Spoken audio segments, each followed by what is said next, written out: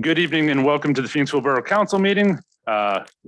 Before we start, as we've done for the last 22 months, I just want to let everybody know that tonight we are conducting our monthly Borough Council meeting, both in person and virtually using the Zoom webinar platform. We're glad that you've joined us here tonight. Participants who are attending tonight's meeting, both in person and virtually, may provide public comment during the public participation and public hearings. During these portions of the agenda, community members joining us via Zoom, please raise your hand digitally and our staff will unmute your microphone and announce your name, and you'll then be able to provide comment. We'll start with members of the public who are in council chambers and then those joining us remotely. We have two public comment periods tonight, one towards the beginning and one towards the end. Thank you for joining us, and we will now begin with the Pledge of Allegiance and moment of silence.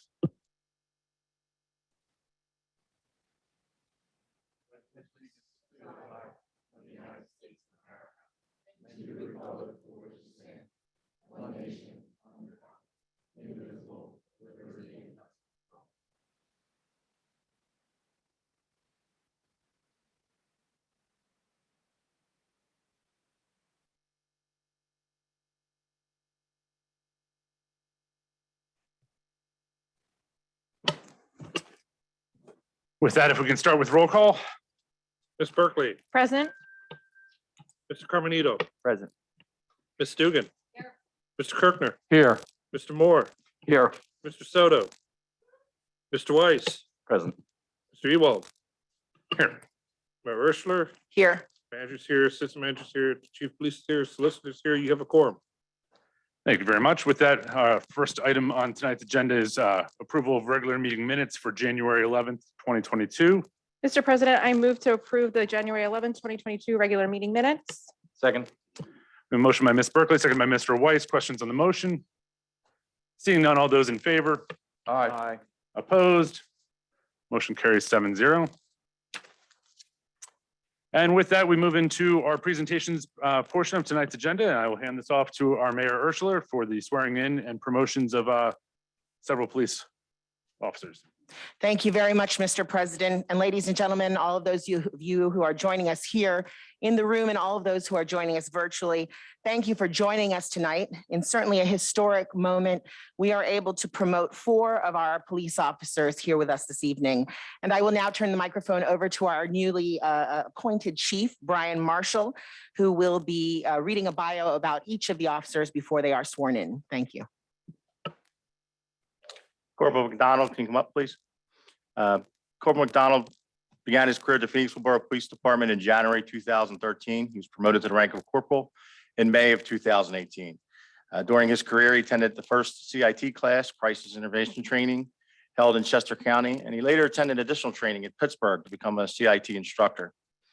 Corporal McDonald graduated from Delaware County Community College, Police Academy in 2008, and began a law enforcement career the same year with Chester County Sheriffs and also the Bridgeport Police. After serving with those agencies, he was hired as a police officer for Drexel University and before starting his career with Phoenixville Borough Police Department.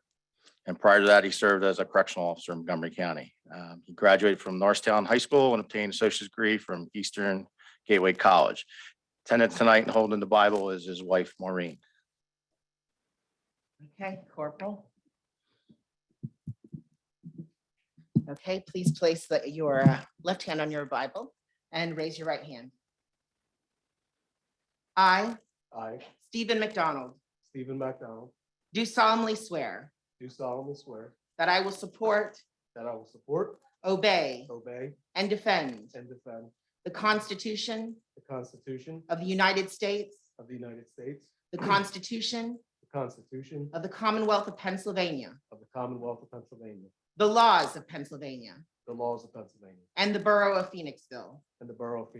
I will, with fidelity, discharge the duties of the office as a sergeant with the Borough of Phoenixville Police Department, with the Borough of Phoenixville Police Department, Phoenixville, Phoenixville, Chester County, Pennsylvania. Chester County, Pennsylvania.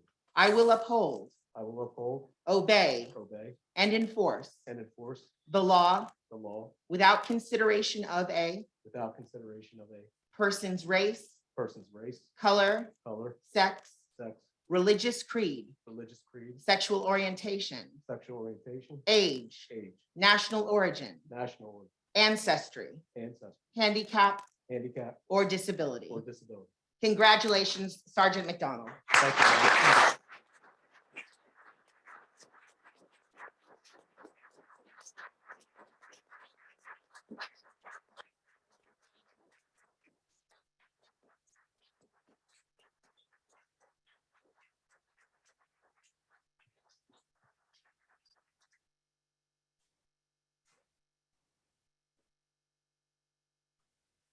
Next, I would ask that Corporal Place, please step up front. Corporal Place graduated from Reading Police Academy in June of 2012. He was hired by Phoenixville Police Department in August of 2013. He spent approximately 2 years as a patrol officer and was promoted to the position of corporal in December of 15. Since then, Corporal Place has filled multiple roles in the police department, namely as a patrol supervisor, firearms instructor, and a field training officer. He's joined tonight by his wife and family. I, I, Kyle Place, Kyle Place, do solemnly swear do solemnly swear that I will support, that I will support, obey, obey, and defend and defend the Constitution of the United States of America, the Constitution of the United States of America, the Constitution of the Commonwealth of Pennsylvania, the Constitution of the Commonwealth of Pennsylvania, the laws of Pennsylvania, the laws of Pennsylvania, and the Borough of and the Phoenixville. Borough of Phoenixville. I will, I will, with fidelity, with fidelity, discharge the duties of the office discharge the duties of the office as a sergeant as a sergeant with the Borough of Phoenixville Police Department, with the Borough of Phoenixville Police Department, Phoenixville, Chester County, Pennsylvania. Phoenixville, Chester County, Pennsylvania. I will uphold, I will uphold, obey, obey, and enforce and enforce the law the law without consideration of a person's race, without consideration of a person's race, color, color, sex, sex, religious creed, religious creed, sexual orientation, sexual orientation, age, age, national origin, national origin, ancestry, ancestry, handicap, handicap, or disability. or disability. Congratulations, Sergeant Place.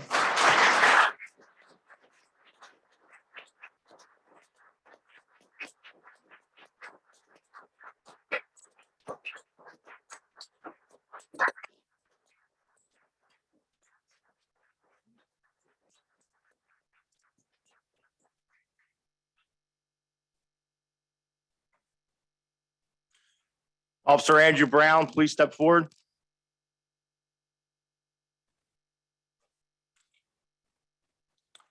Officer Brown's a happily married man with 2 amazing children.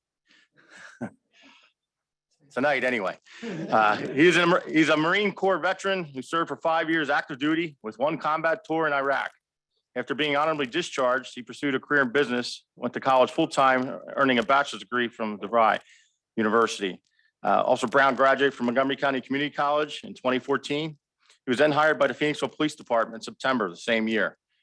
Officer Brown holds multiple responsibilities inside our department, including baton and OC instructor. He's a member of the bicycle unit and also on the traffic enforcement Waymaster team. I, I, Andrew Brown, Andrew Brown, do solemnly swear do solemnly swear that I will support, that I will support, obey, obey, and defend and defend the Constitution of the United States of America, the Constitution of the United States of America, the Constitution of the Commonwealth of Pennsylvania, the Constitution of the Commonwealth of Pennsylvania, the laws of Pennsylvania, the laws of Pennsylvania, and the Borough of and the Phoenixville. Borough of Phoenixville. I will, I will, with fidelity, with fidelity, discharge the duties of the office discharge the duties of the office as corporal as corporal with the Borough of Phoenixville Police Department, with the Borough of Phoenixville Police Department, Phoenixville, Chester County, Pennsylvania. Phoenixville, Chester County, Pennsylvania. I will uphold, I will uphold, obey, obey, and enforce and enforce the law the law without consideration of a person's race, without consideration of a person's race, color, color, sex, sex, religious creed, religious creed, sexual orientation, sexual orientation, age, age, national origin, national origin, ancestry, ancestry, handicap, handicap, or disability. or disability. Congratulations, Corporal Brown.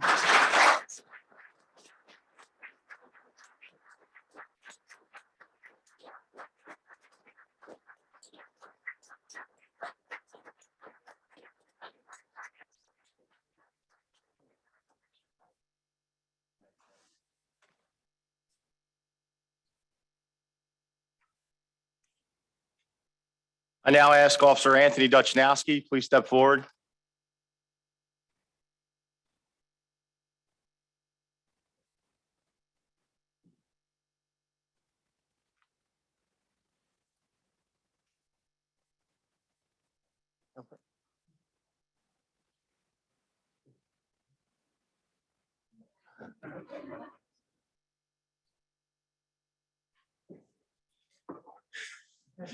Officer Duchnowski graduated from Delaware County Community College in 2009. He worked for several law enforcement agencies in Chester County before starting his career in Phoenixville in 2016. Since joining the Phoenixville Police Department, Officer Duchnowski has shown his ability and dedication to our community and department by demonstrating a strong understanding of the police department core values. Officer Duchnowski played a vital role in our training and is now currently a field training officer and a member of the Chester County Emergency Response Team, SWAT. Officer Duchnowski is active in the community events and fundraisers that promote a bond between the public and officers. And Dutch is accompanied by his family, Ashley, Giselle, and Malaya, am I saying it right? Malia, who's probably in the back somewhere or up front, to see him sworn in tonight. I, I, Anthony Duchnowski, Anthony Duchnowski, do solemnly swear do solemnly swear that I will support, that I will support, obey, obey, and defend and defend the Constitution of the United States of America, the Constitution of the United States of America, the Constitution of the Commonwealth of Pennsylvania, the Constitution of the Commonwealth of Pennsylvania, the laws of Pennsylvania, the laws of Pennsylvania, and the Borough of Phoenixville. and the Borough of Phoenixville. I will, I will, with fidelity, with fidelity, discharge the duties of the office discharge the duties of the office as a corporal as a corporal with the Borough of Phoenixville Police Department, with the Borough of Phoenixville Police Department, Phoenixville, Chester County, Pennsylvania. Phoenixville, Chester County, Pennsylvania. I will uphold, I will uphold, obey, obey, and enforce and enforce the law without consideration the law without consideration of a person's race, of a person's race, color, color, sex, sex, religious creed, religious creed, sexual orientation, sexual orientation, age, age, national origin, national origin, ancestry, ancestry, handicap, handicap, or disability. or disability. Congratulations, Corporal Duchnowski.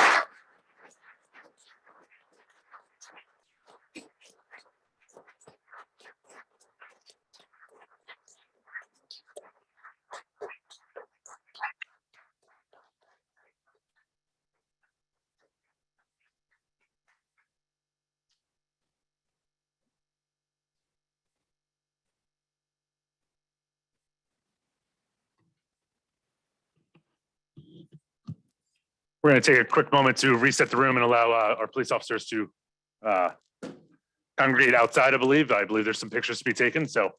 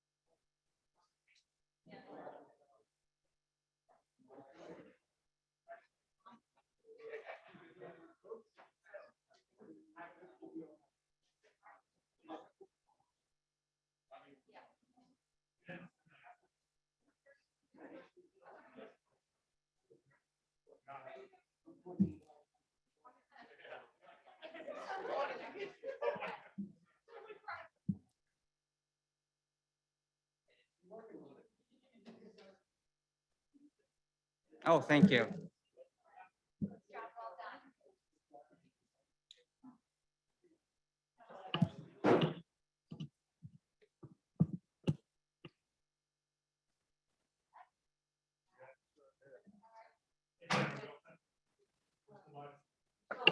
Okay, with that, we will, after that brief intermission to allow the police to exit the room, I do want to congratulate all of them on their promotions. It is quite a big deal to have 4 promotions in one night.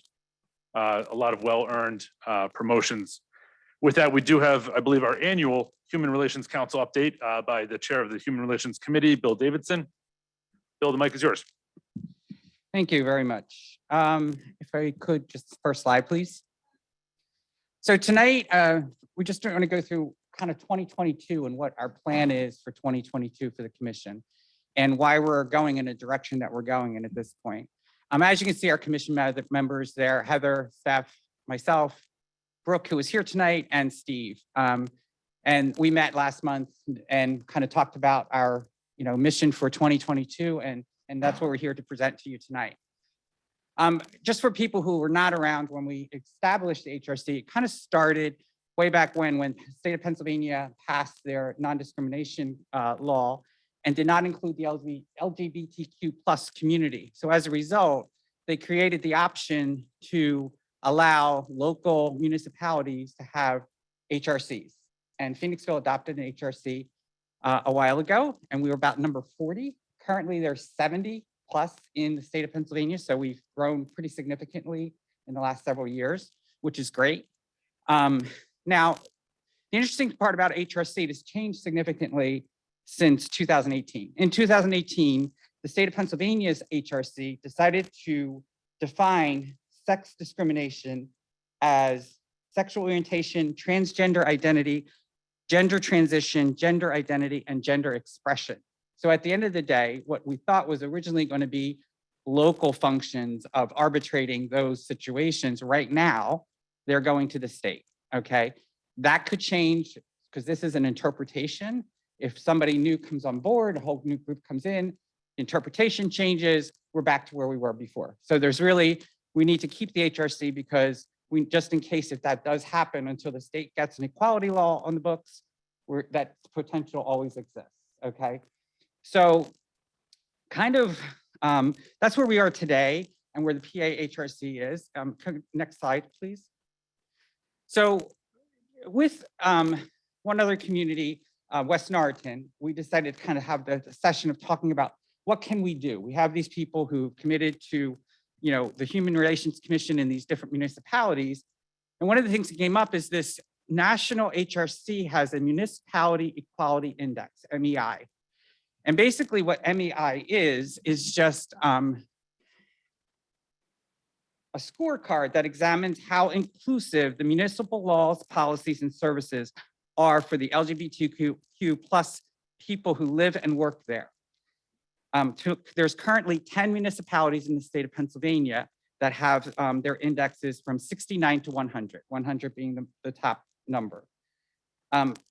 Phoenixville HRC would like to take that MEI and use the scorecard, not necessarily to apply for the index, but to at least start with using the scorecard to go through what we do here to see what we're doing well, what we're not doing quite as well, and where we need to, start from scratch, okay? The scorecard, I gave you a link at the end of this if anybody wants to go out and take a look at it. It goes through a lot of different areas. Now, this is really geared towards large municipalities. So you'll notice there are certain things that we'll never accomplish. It's impossible because of our size. But there are a lot of things that we probably could do. And some of them is strictly just documentation. So we're hoping to work through that with the HRC and a committee that we're going to put together reporting to HRC. Next slide, please. So our partners in this right now is Borough of Phoenixville, West Norriton Township HRC, and Chester County LGBTQ Alliance. And of course, there will be more along the way. West Norriton Township HRC and Phoenixville's HRC will work together on putting this together, and also will cross, in areas they're doing well in and we're not doing well with, they're going to give ideas to us and vice versa. We'll read each other's documents to make sure that, there's sound logic behind it, and it's kind of work as a team to come up with, what we think would be, a good application if at some point we decide we want to do that. Okay. So the process, and probably this is more what we're here to talk about tonight, is we don't qualify for selection for the MEI. So the MEI says you must be in the top 200 in the United States as far as municipalities to be part of it. But if you notice, if you go out to the site, there's over 500 municipalities that have been rated at this point. And that's because if you do not qualify, you can self-submit your application to the National HRC, and they will actually rate you based on what you submit. Okay, so that's probably the part that we're kind of looking at and potentially doing. What we initially want to do is we want to work with the scorecard. We want to look at changes we may need to make to better support the LGBTQ+ community. After the review is complete, we'll take a pause, decide what items are needing further work or Borough Council support, and come up with a plan for those items. After this has been completed, the Phoenixville HRC will then make a recommendation to council on whether or not we want to do the self-submission to the federal HRC. Okay, so this is number one. This is a multi-year process. It's not going to happen this year. What'll happen is this year we'll probably get through it, make our recommendations, come up with short-term and long-term. Long-term will be anything with any sort of monetary requirement, because obviously it would be something we'd have to put budget dollars in, and we'd have to get you guys to support that, approve it, and then go through the whole process, okay? Or if there's grant money available, we'll check and figure that out and try to do that. The short term will be stuff that are more documentation, just things like that that will be important to get put in the document eventually if we submit it. So that's kind of the process of what we're going through. And I think it's an important process. I mean, part of the growth in Phoenixville has been the diversity that has come to Phoenixville. And I think, a lot of people, I don't know if people followed what happened in Chambersburg a couple weeks ago, where they have eliminated their HRC. And a lot of people were saying this is just the LGBTQ community wanting special rights. And the argument is very simple. It's not about special rights. It's about safety. It's about telling the community that you live in, if you're LGBTQ+, you are safe. And that's what we're saying in Phoenixville. And it's great to be able to go through, do this process, identify those areas where we could do better, and then move on from there. But it'd be great to submit it, have a goal of 60, 65, 70, whatever that number is. And if we can, get to 80 or 85 in 5 years. So with tonight, I'm just here to comment, questions, support, whatever you want to do about it. Thank you, Bill. First, thank you for everything you've done on this. Between this committee and planning, you put in endless hours for us, and I really appreciate the volunteer commitment. With that, any questions from council tonight? No, just echoing what Mr. Ewald said. Thank you Thank so you. much, and thank you to the committee. This is really valuable for our community, and thank you for doing the work Sure. that it takes to put into it. Sure.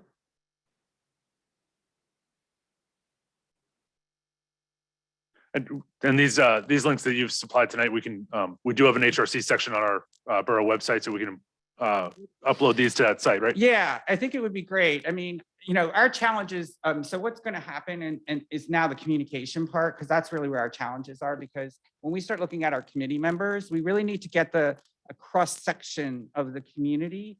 And like, for example, we do not have a trans representation right now. We could really use a trans representation. So when we start putting the stuff like this out there, it'd be great, because it gives us the opportunity to communicate out to the people what we're doing. And hopefully some people will come forward. And we've already reached out to, like I said, the Alliance. They're going to try to get some members to help us out there, because I think there's going to be a lot of legwork with this. So I think it'll be some opportunities for people who maybe don't have a lot of time, but a little bit of time and would like to support the community. And so I think it would be great if we could do that. Great, absolutely. Okay, Thank you, thank you very much, guys. Up next on our agenda tonight, I believe we have the representative from the Res Park Disc Golf Club in our Zoom room. Give us just a moment to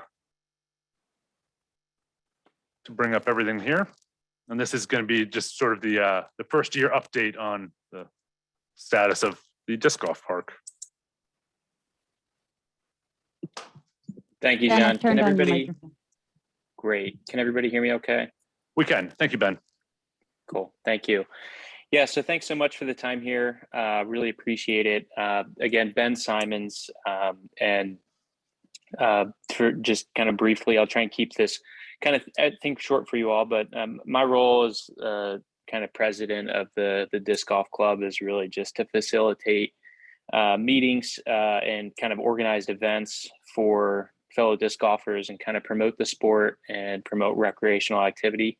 And given that it's been about 1 year since council's initially approved the construction and creation of the Reservoir Park disc golf course, we thought it would be a good time to give just a kind of an annual update.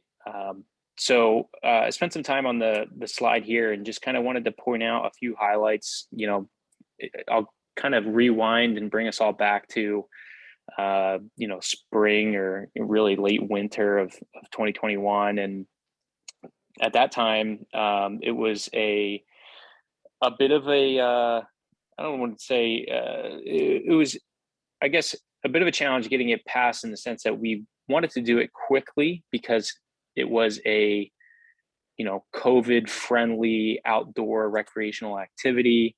And fortunately, that's less of a concern now than it was at the time. But I think in my kind of presentation here, I hope that the council will feel really, really good about the investment that you ultimately decided to make. So we did install the 18-hole disc golf course on Reservoir Park. You know, we did really the entire thing with volunteer labor, and we did it in really record timing as far as these projects go. We did it in less than 4 months. So after initial approval, the course was opened up in mid-June, and, you know, kind of spent most of the summer just letting people play recreationally. And then towards later in August, we started having weekly events that we call these doubles events. So we did 9 of those in the late summer, early fall.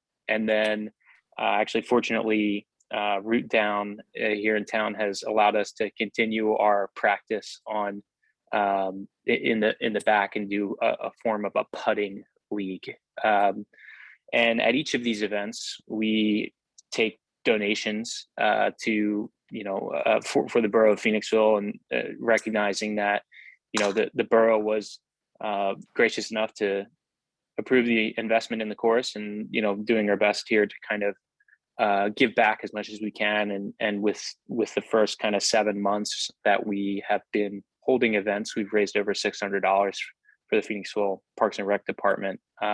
So we're really excited to share that with you all. And lastly, I'll kind of orient you to the right side of the screen here with this chart that I've included. And I think this kind of really puts it in perspective as to how popular disc golf has become and how much play this course actually receives. So there is an app that many disc golfers use to record their rounds and record their scores, and you can see, you know, how your score stacks up against others in the area, etc. And I reached out to this app to get a better sense for how many rounds were logged at Reservoir Park. And since we opened the course in June, there were 5,261 rounds played at Res Park, of which 1,228 were unique rounds. So, you know, different players. What's astonishing is this app, UDIS, did a study in about a year and a half ago to determine how many, on average in the United States, how many rounds that are recorded on this app equate to how many rounds are played on the course. And they estimated that 1 in 5 rounds are recorded on the app. So if you do the quick math there, that's approximately 25,000 rounds of disc golf played at Reservoir Park since we opened up the course in June, and approximately 100 rounds per day. So kind of leaving off where I started, I think the borough and Parks and Rec should feel really, really good about the investment that was made in the course here. Clearly, it is getting a ton of play, a ton of use. And I think, frankly, the Reservoir Park in general, I don't want to take all the credit for it because there was a lot of momentum going into the park, but, it has gone from one of the more underutilized parks to, one of the most popular in the borough. So I think that's really great news. Lastly, I'll just wrap up with kind of a look ahead. We will continue to do our events here at Root Down while it's the winter months. Once the days come a little bit longer, we'll transition to doubles events back at the park starting on March 15th. And we'll be having our first tournament on April 30th to raise money for a local family who unfortunately has the father has ALS. And then we'll be looking to do work days at kind of park beautification clinics and hopefully be involved in community events as well. So I just wanted to take the time to say thanks so much. We really appreciate the support, and also happy to answer any questions if there are any. Great. Thank you, Ben. With that, any questions from council? Rich? Yes, thank you, Mr. President. Yes, Mr. Simon, thank you for coming in. I'm Rich Kirkner. I represent the North Ward that Reservoir Park is in, and Yes. I've been dealing with concerns and complaints from neighbors there. I'm sure you're familiar with what they are regarding parking on neighborhood streets, not on Fillmore Street or in the lot that's at Reservoir Park. So if you could please tell your players there to park not on South Street or Almond or Bailey or Dayton Streets, but where there is parking for people who use Reservoir Park on Fillmore Street and in the park itself. And also I've heard complaints about dogs running around off leash in the park. So if you could get the word out to your members there that not supposed to let their dogs run free in the park, I'd appreciate that too. And also, just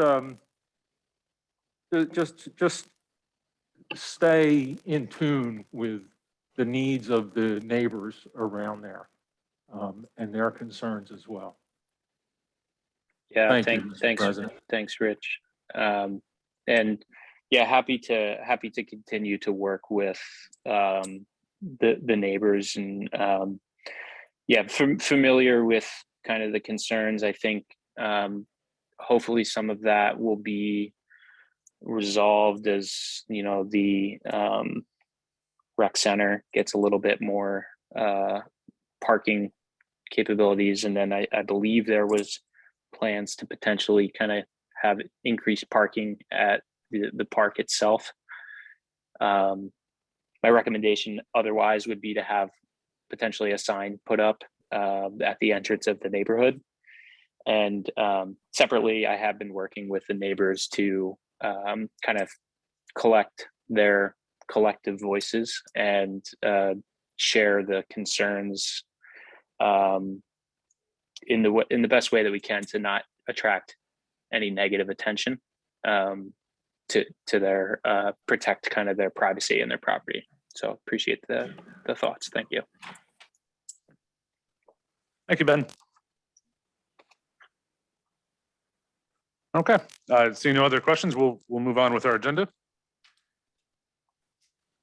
Next up tonight, we have our first round of public participation.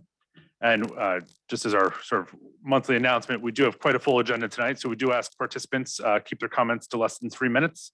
If you have emailed staff or council ahead of time, your comments have been shared with the rest of council. Community members joining us via Zoom, please raise your hand digitally and wait for staff to unmute you and announce your name. And then you'll be able to provide your comments. We will start with members of the public who are here in the room tonight and then proceed to those joining us remotely. And as a reminder, when you step up to the microphone, please provide your name and address.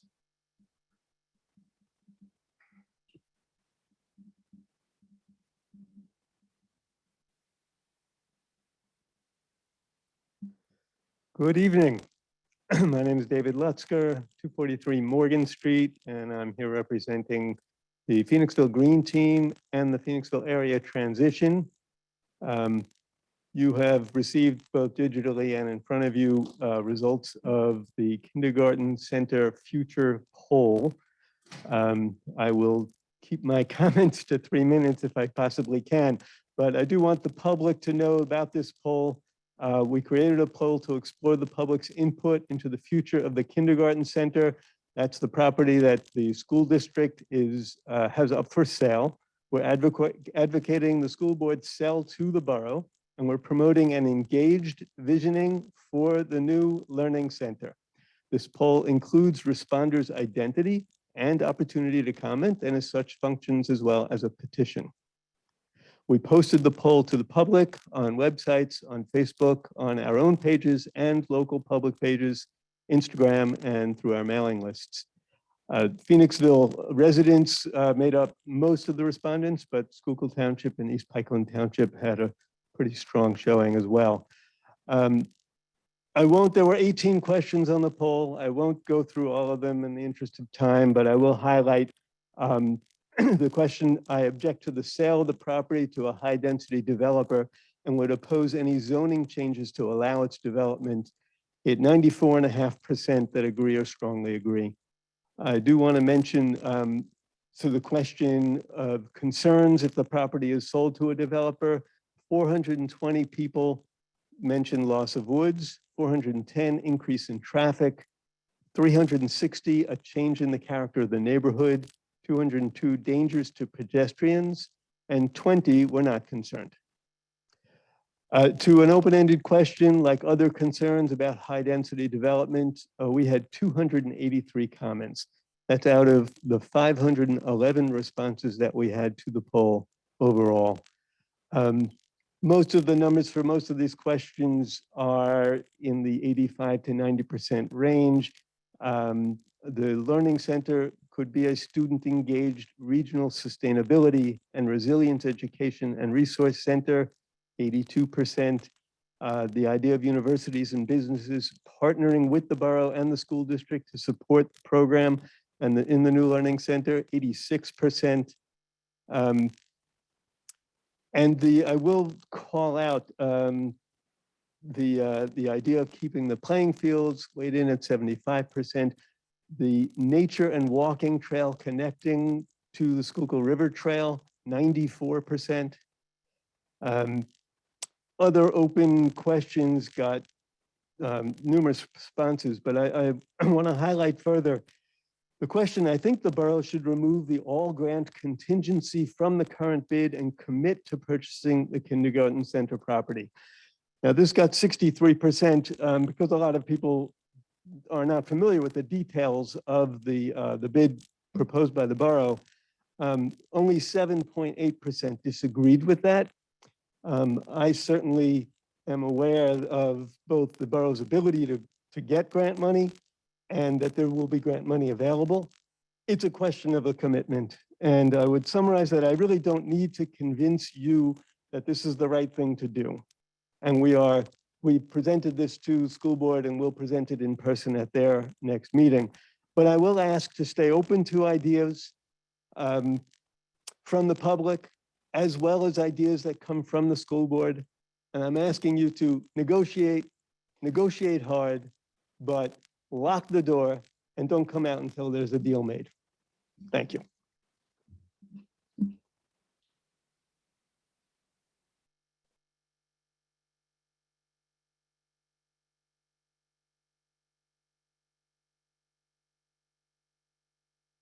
Hi, everyone. My name's Manny Demutis. Been a long time business person in Phoenixville. And I came here specifically for one reason. I think I've spent, as a lot of you know, I've spent a large majority of my life trying to revitalize the borough with the help of you all. And I've spent a large part of my life trying to make Phoenixville a dynamic place. I've seen a lot of these meetings, been to a lot of these meetings in person, but lately seen a lot of these meetings online and what struck me is that not very few people thank you for what you do. It's not easy to do what you do. It is a very dynamic place. There are lots of decisions that can be made. I don't know that you get it all right all the time, but you get it right most of the time. And if you want to take a look at a pure example of getting it completely right, was when we were all shut down for COVID and you blocked the streets and you allowed our businesses to thrive in ridiculous conditions. We lost 0 businesses during COVID. Now, 0. Now, and by the time the summer came, we're about 120% above what we were doing before the shutdown. Think about that. Okay, there were other communities that were fighting about what to do and what not to do and how to do it and how not to do it. But at the end of the day, this group came to the table, solved the problem. And I can tell you as a business owner, somebody who has invested their entire life's worth in Bridge Street, I'm very thankful for that. Now you have a decision to make tonight. And oh, by the way, we've created thousands of jobs. We've created thousands of low to moderate income jobs. And we don't have it still, again, all right? There's lots of challenges. But if any of you were here before it kicked off, okay, our challenges then were enormous. They were enormous. Couldn't get insurance on Bridge Street. There's no national insurer would insure it. Every one of our streetlights was out. 49% of our storefronts were vacant. Okay. So I want to say to you that I always was worried about the arrogance of success. I see it in Westchester. I see it everywhere, right? So we're good. We don't need anything else. Like we can stop here. Like, look at us, beat our chest. Well, I've lived by a motto, and I hope I'm not out of time, but live by a motto that says that you either get better or you get worse. You never stay the same. If you stay the same, you've gotten worse. I'd rather see this board try and fail than not try. As far as the street closure, I polled the 100 block and most of my tenants. And the number one thing that came up, not everybody's for the street closure. And so I think whatever decision you make, that's the decision, right? But everyone to a person said that it created a vibe. Okay. Is it complete? No. And when it rains, it shuts business down. When it's 100 degrees out, it's unbearable to be there. Okay. Do the storefront owners have to take a greater ownership in how it works and how this whole thing works? Yes. When we talk to all we have our tenancy in the 100 block, I think, has 1,500 employees. Okay. Parking's an issue. You know why it's an issue? Because the 100 block of Bridge Street does $30 million in food and beverage sales a year. That's why it's an issue. Okay. That's why it's an issue. We have parking issues. You've been successful beyond our capabilities. I would pray and hope and support you in making the decisions that you make. I had one tenant that said they didn't like it. And everybody was like, it's good. It was really great during COVID. It wasn't so great last year, but maybe some of that's on us, right? So, and I know that there's a lot of complaints about what it does down the street. But what it really actually does in economic terms is that it expands the business district. We don't have a tax base here, okay? I wish we had 8 million square feet of office space. We don't. Okay, and expanding our business district is how we're going to get that tax base. So I would say you're probably 51, 49 for, and the 49's not that motivated, and the 51's not that motivated. But it does create a great vibe, and it's a great start. And you know, and I again, I appreciate you all protecting a lot of blood, sweat, and tears that my family has done, other people have done, other investors have done, other residents have done, the thousands of volunteers. I really appreciate you. Thank you.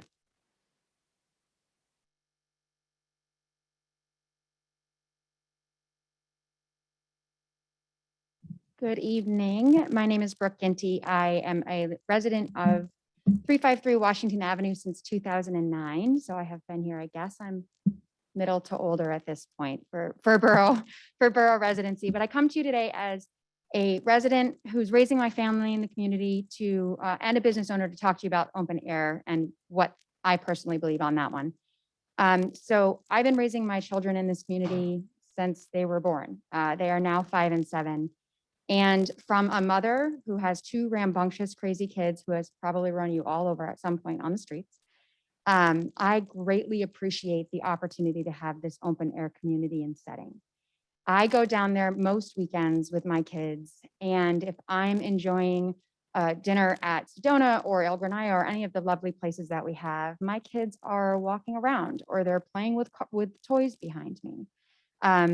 I meet groups of friends who live outside of our borough in Kimberton Glen or other where they have to drive into our community after soccer games so that our kids can get together and sit on the ground while we sit at Molly's and have beverages and talk. I think one of the things that Phoenixville does amazing is that it brings people together and unites us. And the open air market, from my perspective, has done that plus. We can now go downtown and meet our friends and walk through the streets and have large groups of people, which often happens when I'm down there, become a part of this community and love it and grow with it as it's growing. I am also a business owner in this town. I have a law firm that's in the Valley Forge Commons, so that doesn't count, but I did just purchase and am renovating a business on the corner of Church Street and Gay, and I'm excited to offer this open air market concept to future residents because I think it's just a great community topic. I also am from upstate New York, where Burlington, Vermont was my neighbor. And I'm not sure if you guys know much about Burlington, Vermont, but Church Street on Burlington, Vermont is completely shut down. It is set with pavers and it's got retail of all sorts. It's got dining of all sorts. And it has become the place that people drive through. I get on a ferry and travel 45 minutes to park some far off away so that I can get to Church Street because it's unique. And I think that although I think open air was started with a COVID reaction, I think it's giving us an opportunity to pivot and create something new and unique for this area that's going to draw people into our community and into our businesses. They have the same concept design in Boulder, Colorado, another amazing place that people want to go to. And I think that what you guys have done is you taught us how to pivot. As a business owner, I had to pivot. I had to create Zoom settings and I had to get new platforms. And I think that the borough has done that. I think the members of our community and our businesses have done that. And I think that the open air market has provided an opportunity, a base to grow within this community and provide a different element to the love that we have for Phoenixville. We know this is an amazing place. Now we can tell our neighbors and our friends to come and meet us down on the open air markets on the weekends and participate in all these stores and all the things that we have to offer. So I would ask that you strongly support the open air market and continue doing that into the future. Thank you.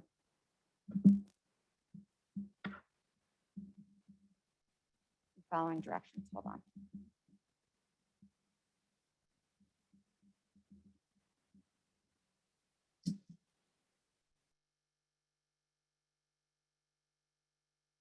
The board. My name is Jared Atkins. I own Bluebird Distilling at 100 Bridge Street.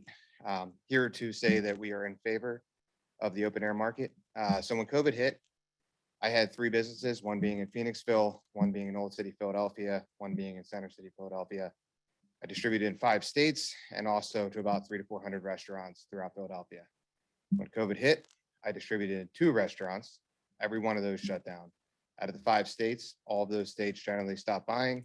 And both of my restaurants or bars in Philadelphia, which are in great spots, Old City and Center City, were shut down as well. So out of all of that, I was left with Phoenixville here in Bluebird. Being in Philadelphia, they had their own problems with the riots and then with just no one coming out on the streets. And where did everybody go? They came to the suburbs. Seeing the open air market, this is 100% truthful. My numbers went up 80%. The numbers I made in Phoenixville from the difference over the 2 years fully took care of the 2 restaurants and 2 bars that I lost in the expenses. So my business actually stayed normal there. I added 8 people on full time onto my restaurant. So I now have a staff of 30 people. 80% of those people live in the district or in the borough and generally walk to work. So for us, it has been a great sign. Just sharing my point of view on there. I am very close with the church next to us with Holy Ghost and Father Pete, who's probably listening right now. But seeing what they've done for the community with the parking aspect, I know we lose the street parking on the street. But talking to him and seeing 500 to 600 cars parked and watching those people come by and enter the community on a daily basis. So again, like Manny was saying, when hot days kind of suck, wet days, obviously that takes away from it. But the amount of people out and the amount of community that comes out on a nice day and stuff like that fully goes amazing. And the one aspect I think we caught on to something that we are the only community, and like Westchester had tried to do the open container, open air market, and Phoenixville has kind of pulled it off so far. And what I've seen, I was actually skeptical in the beginning, but I've been thoroughly surprised with how mature has been about it and just what it's done. So for my area and the other business owners that aren't here that I've talked to on Bridge Street, it tends to be very positive for us, and I'm all in favor. Thank you.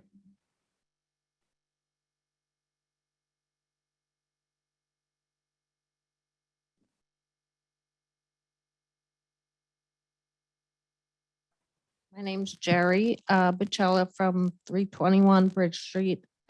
I own Blue Label Men's Grooming, and I've never done anything like this, but I oppose the street closure. It has made me have to reduce my hours on Friday nights, which between 4 barbers, that's 8 hours of customers I don't get. I'm not a $30 million business like Sedona or Bluebirds.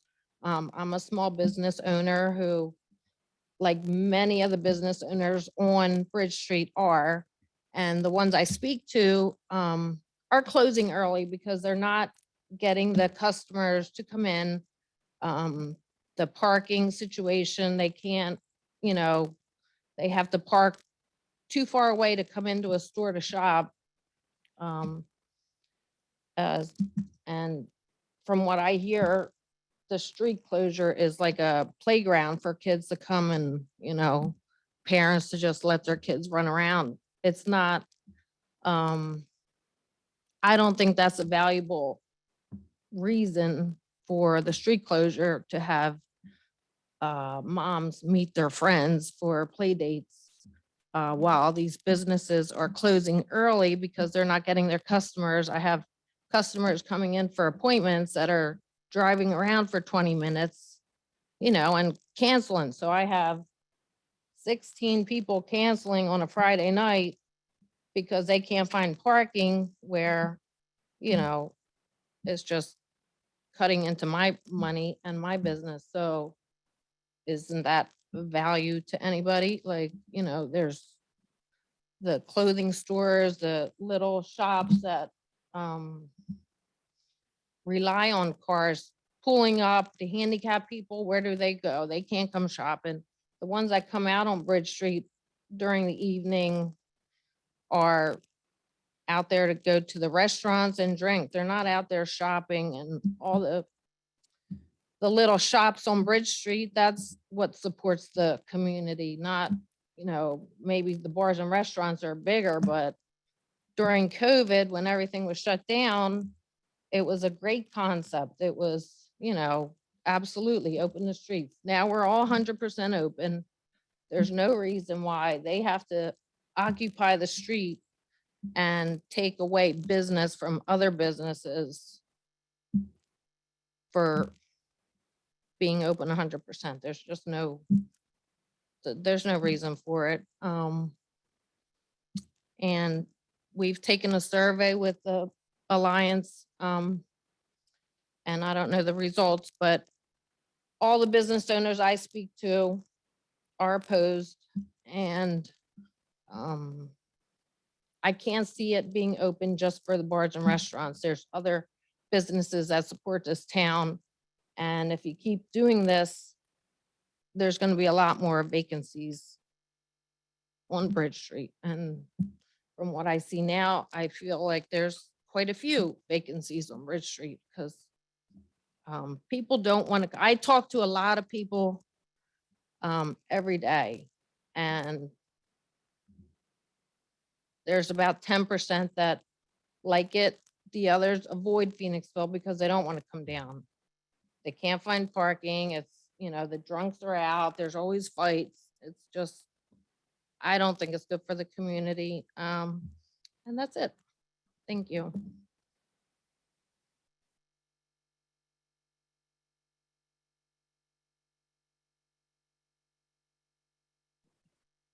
Anyone else in the room tonight? Otherwise, we will move on over to the Zoom waiting room.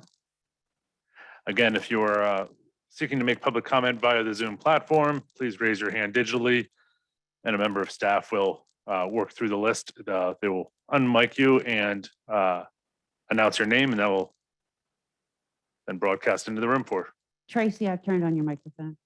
Thank you. Can you hear me? Yes. Okay, thank you.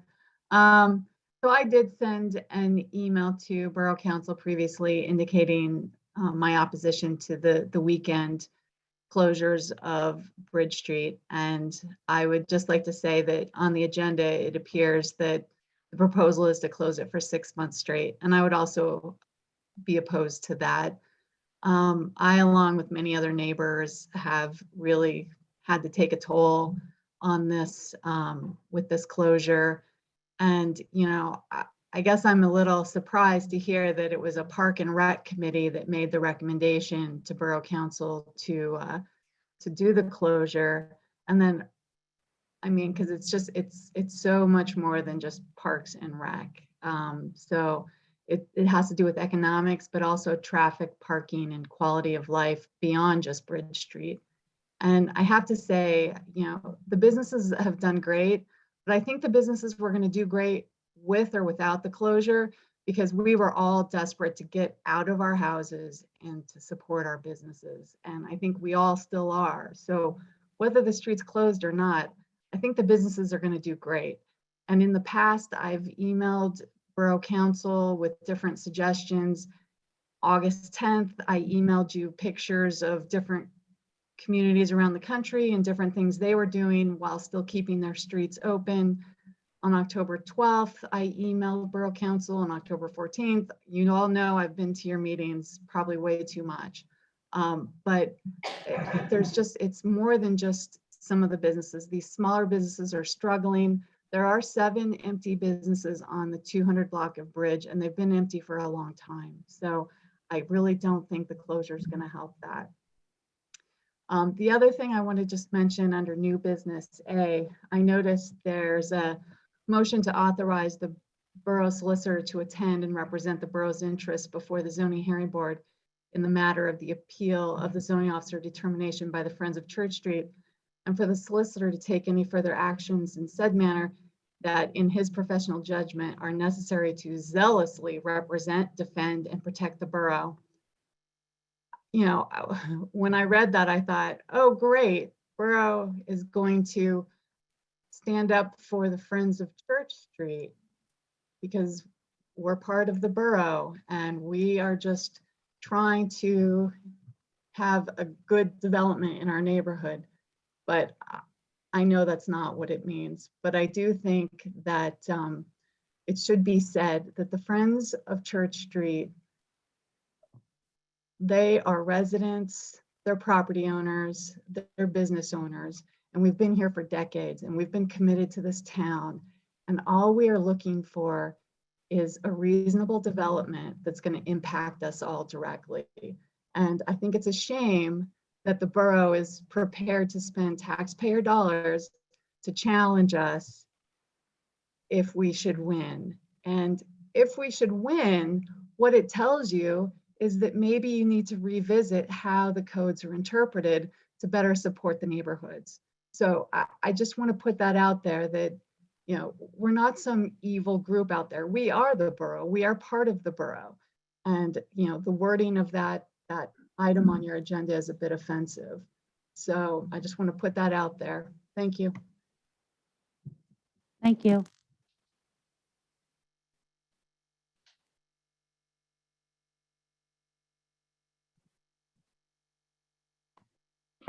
Go ahead, Father Pete. Hello, Father Peter from Holy Ghost Church. I've been listening with great interest to the proceedings tonight and the people talking about the open air market and the small businesses, which I very much sympathize with. I just want to put it out there for the small businesses that we have parking close to where you're at, and we stand ready to help with any creative efforts that might be needed. You need several parking spots. We can arrange that for you. Maybe that might help if your clientele know that they have a very easy access and parking, really close, and can just walk over a couple blocks and be there. So if there's anything that we can do, contact me offline or stop by when we're parking. It's pretty much self-service. People leave a donation if they're able to do so. And I think it might help. And I have to say, it's been just wonderful for our parish community to interact and to be able to give back to the community from part of the proceeds of the donations, and more so to meet people, interact with people, and just discover how amazing the Phoenixville community is, and people working together. So if there's anything that we can do to help, especially with the small businesses that have the parking difficulties, we stand ready to help. Thank you, Father.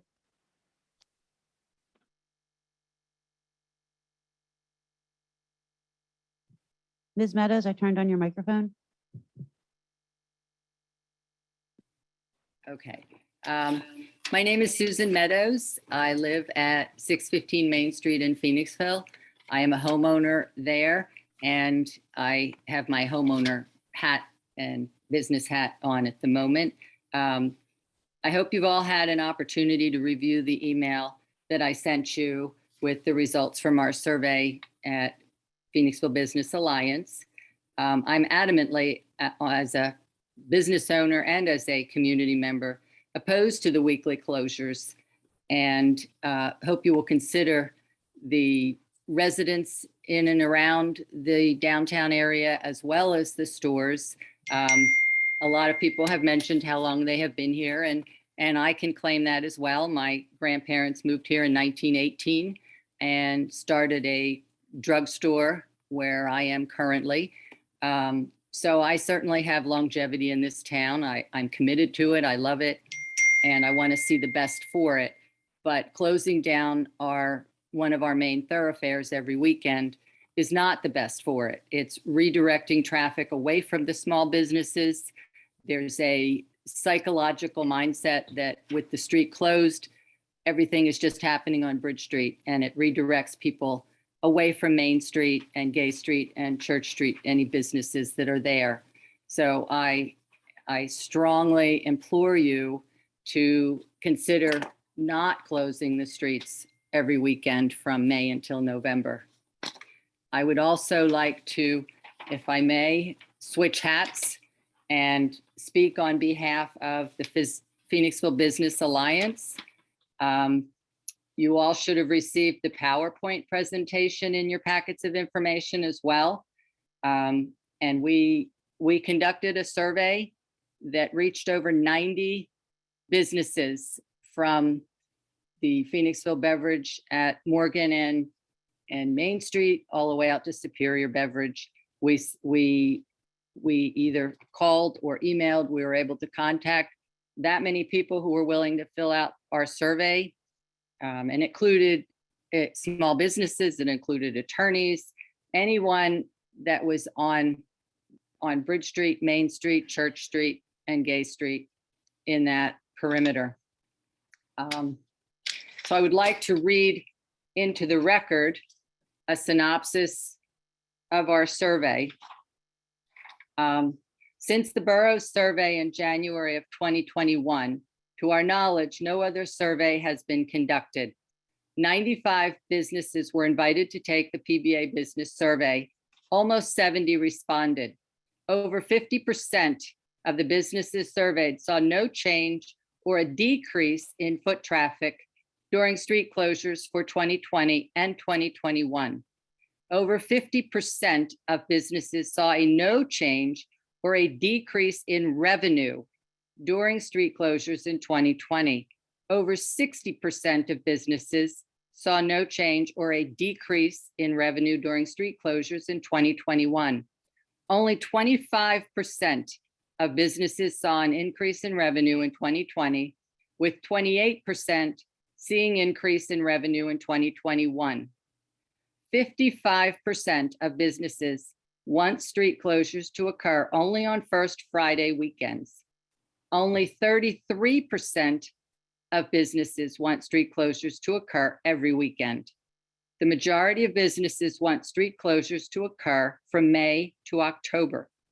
The majority of businesses want parking lots to remain open during street closures. A few of the comments were lack of parking, especially handicap parking, and its effect on businesses, along with the street closures needing to be a special event, not merely a closed street for an entire weekend, were the most frequent comments made. So, Father Pete, I believe that's what your name was. I recognize and appreciate your generous offer for parking at Holy Ghost, but with all due respect, I'm up on Main Street across from Phoenix Federal, and that's an awfully long walk to come up and shop in my store and carry bags of your purchase back down. So I just, my only closing thought is that if we had a split 50-50 and we had 50% of the businesses loving this and 50% not, and you went and supported the 50% who liked it and disregarded the 50% who it's hurting, consider what would happen to the 50% that it's hurting if we lost that 50%. We would be 50% more vacant space, and our town would not be the vibrant place that everybody wants it to be. Thank you for your consideration and for allowing me to speak. Thank you.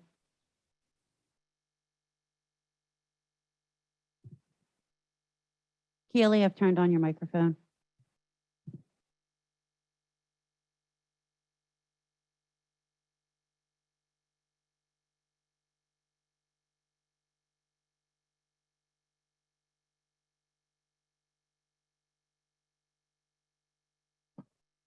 Sorry. Can you hear me? Okay.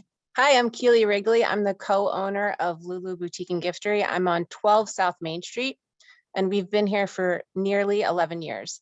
So I'm here as well to ask you to reconsider the open air Bridge Street closure as it's currently proposed. And my ask is that the open air Bridge Street closure takes place once a month in the proposed timeframe and not every weekend. Is there room for compromise? Like, I give a little, you give a little, some people are happy. Some of the time, other people are happy the rest of the time. So I supported the open air Bridge Street closure in 2020, of course, because we needed to rally around our restaurants who are not at full capacity. The open air in 2021 was still in place as the vaccine wasn't completely rolled out, and there was still a need to social distance. But that open air closure in 2021 negatively impacted my retail store, and especially during our key months of holiday shopping. So it impeded foot traffic and it wipes out downtown parking spots. There's like 130 or 147 parking spots between the parking lot on Main and Bridge Street. So these are not available at all they weren't available in 2021 for Black Friday. And more importantly, they weren't available for Small Business Saturday. Open air in 2021 lasted to the end of November. In the month of December, we thought the parking lot would open up, but we now had the unavailable parking lot on Main and Bridge, but we had the added bonus of Santa Claus. So that was a little bit better. But the lack of parking, it has a negative impact on retail sales, especially for our shop on Main Street. Like Sue had mentioned, that people just kind of get shuttled on Bridge Street. And even if there's a sign that says more shops on Main Street, they're just kind of closed in on there. First Fridays did return at the end of 2021, but they were within the Bridge Street closure. And in the years past, First Friday had Main Street closed with vendors and nonprofits lining Main Street. But because of the open air Bridge Street closure, our First Friday sales dropped 60%. Our retail business, it really thrives on real events like First Friday and Blobfest and our own event. And like special events now have been very few and far between. The open air Bridge Street closure is not an event. It's just a closure of a street with a few speckled tables and a vast sea of concrete. I'm not trying to take away from Bridge Street businesses. I love Bridge Street businesses, but I'm trying to get my business back to where we were pre-pandemic sales. We were lucky enough to get grants and loans to stay afloat during this time. We're trying our best to overcome the hurdle of the lack of parking and the lack of events or the events that just consider Bridge Street.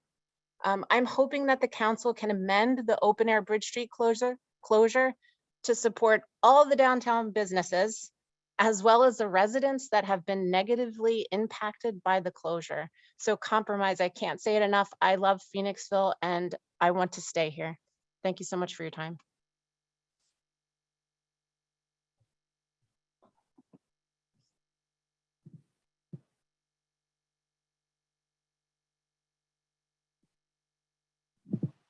Chris, I've turned on your microphone.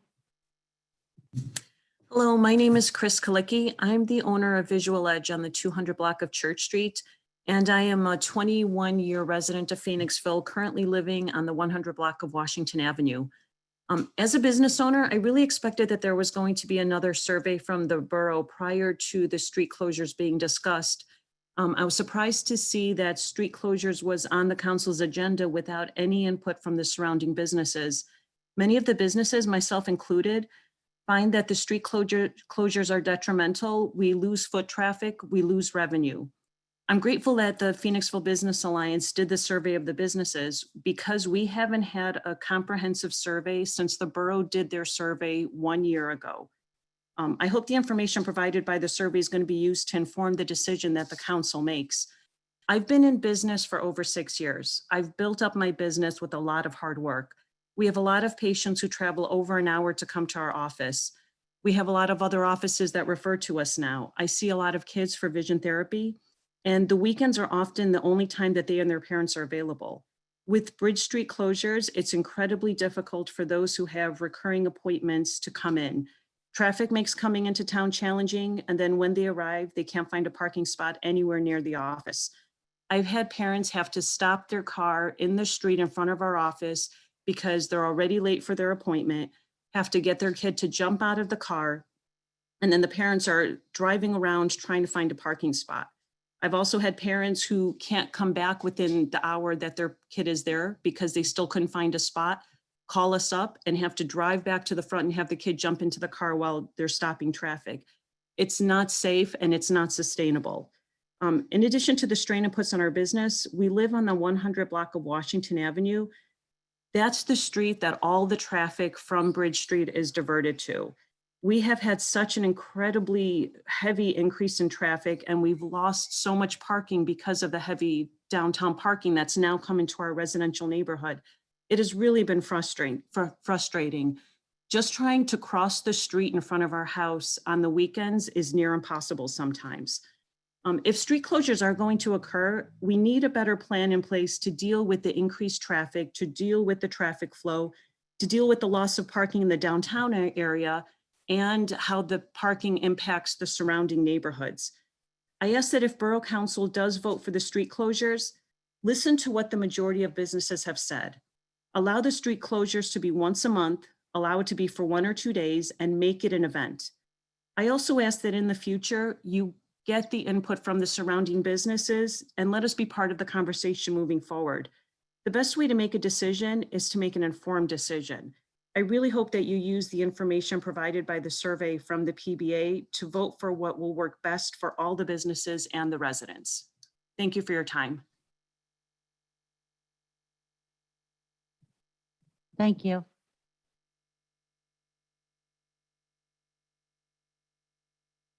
Dory, I've turned on your microphone. Thank you. Hi, Borough Council. This is Dory Sawyer. I'm at 225 Franklin Avenue. Also here to comment on the open air, which I feel like is the hot topic, so I will keep my comments brief.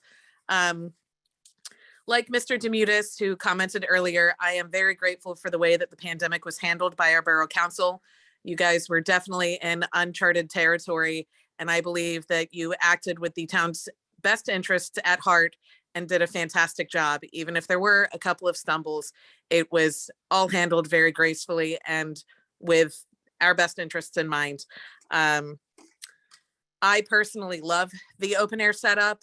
I find myself shopping at our shops like Refinery and Piccolo and Diving Cat and Reeds and Company significantly more because I'm down there with friends who are either townies like me or who are coming out of town. So it has definitely made my consumption of the offerings on Bridge Street increase over the past 2 summers. But I understand that I'm not personally impacted the way that some residents are as it relates to parking, traffic, and ADA accessibility. I hear that there are some businesses who feel like it negatively impacts them. I think that there are compromises that could be made and possibly incorporated into the 2022 version of the open air.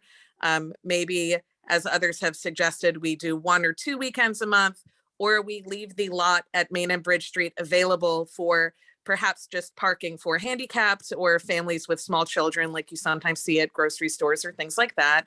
I think that there is a compromise and that this was the best solution to not just pivot, but to kind of help create Phoenixville and establish Phoenixville as a restaurant and kind of like a restaurant trail. I know that there are a lot of Facebook groups designed around restaurants and eating and drinking and consuming wonderful things.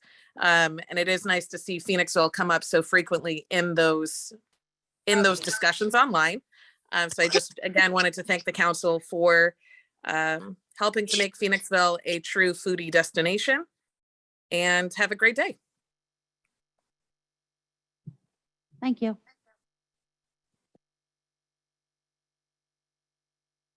Mr. Meadows, I've turned your mic on.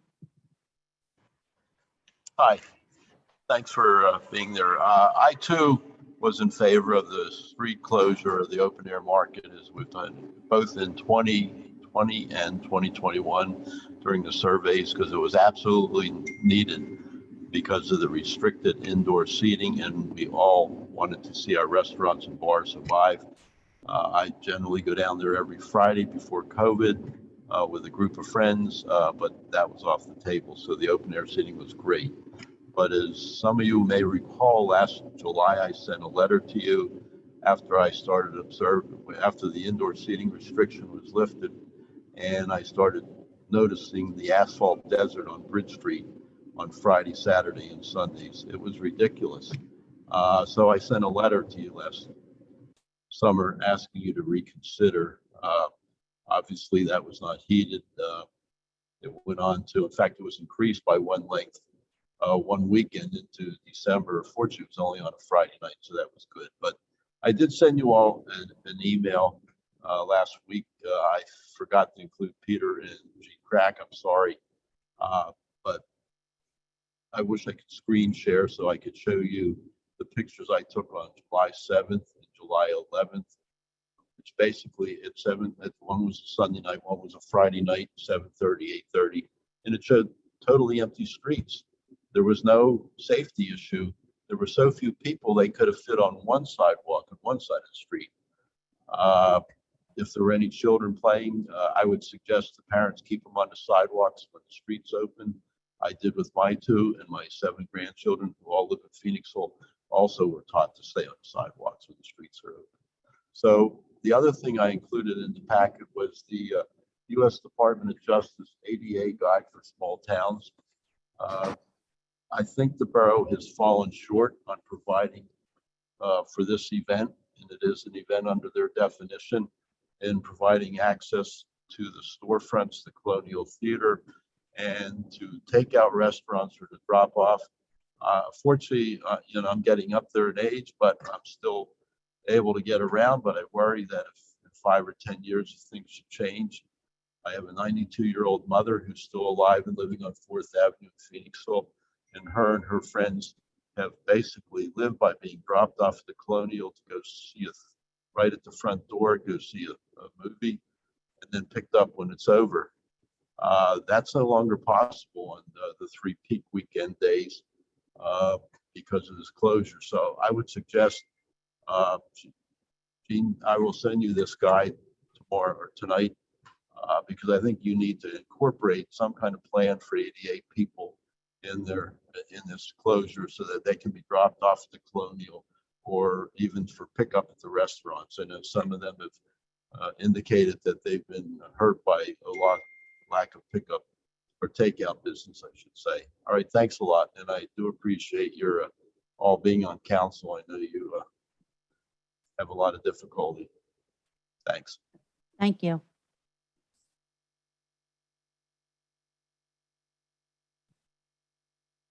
Mr. Duffy, I've turned on your microphone. Hey guys, good evening. So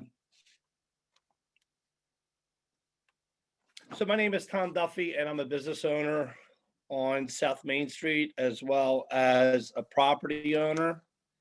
And I sent council an email the other day and thank you for looking at that. And thank you council persons, Berkeley and Weiss for getting back to me on that. I was in front of the building today with some others. It was my understanding that this was a closed event, or else I would be there in person. But again, I thank you for the opportunity to speak, and I'll keep it short. And I'll try not to repeat what other people that are opposed to the Bridge Street closures have already stated tonight. The only thing that I would hit on is that I think there's room for compromise. And again, I think we're all in agreement what council did back in 2020 when the pandemic hit was the right call to help out some of the major anchor businesses in town. And we know they're all the bar restaurants. We also know that they got sizable grants too to help keep their doors open, where the mom and pops really didn't get so much. But notwithstanding, here we are in 2022. I just got my booster. The social distancing, for some it works, for others, okay, let's open things up a little bit. And I think it's time that we go back to what worked in 2016, 17, 18, and 19. And that was, the once a month with the first Fridays and the bands up at Church and Prospect, or the band at the Main Street parking lot, the band at Children's Park. It was an event. Since these Bridge Street closures and since we've had our first Fridays, we've seen our business on those days drop 42%. We've seen foot traffic overall on weekends drop since the Bridge Street closures. Is it benefiting some? Yes. Is it benefiting all? No. But we all know with rising tides lift all boats. Let's help everybody out here. Retail is just as much part of this community as the bar and the restaurant scene is. And unfortunately, the folks that come in, at least from what I can see, and I'm here every weekend and I'm here late, but the folks that I see come in are the beer and the bite crowd. And they pretty much stay to the beer and the bite. They're not really shopping retail, and they're not really supporting the arts like the Colony or the galleries or whatever. Yet the opposite is true for the people that come into town to shop retail. They usually shop retail, they usually support this or that, and then they usually stop and grab a beer or a bite or whatever. I would just like council to take into account everybody, not just a select few, not just, those that might have deeper pockets than others, not those businesses that can ride out bad times better than others, but all of us. We really are all in this together. It's one of the reasons why we love our little store, because we really do love Phoenixville so much that my son bought property here now. He's only 26. So, this is the long term that we're here for. And we really, really do have a stake in the long-term vitality of this town. So thank you so much for letting me speak. And I wish you all to stay safe and stay well. Thank you.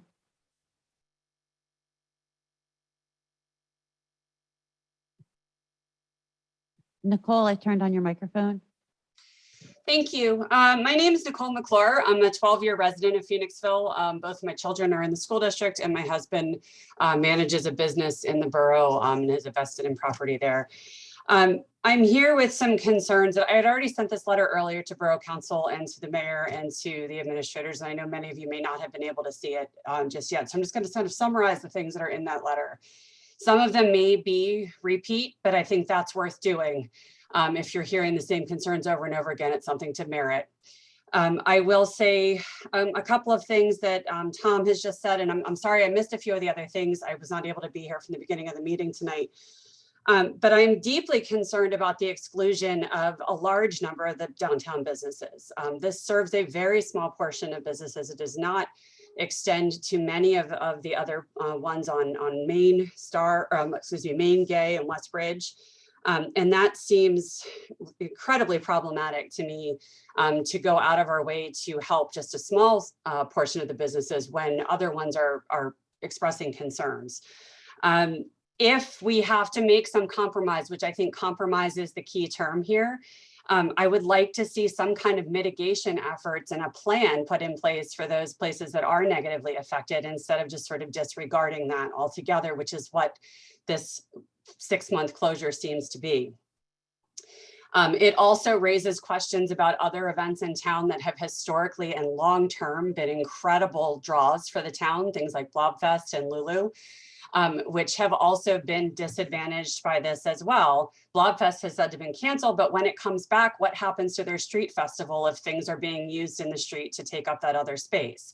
Lulu has already had a massive struggle to try to get those things back under normal circumstances, and much of that is due to this existing plan.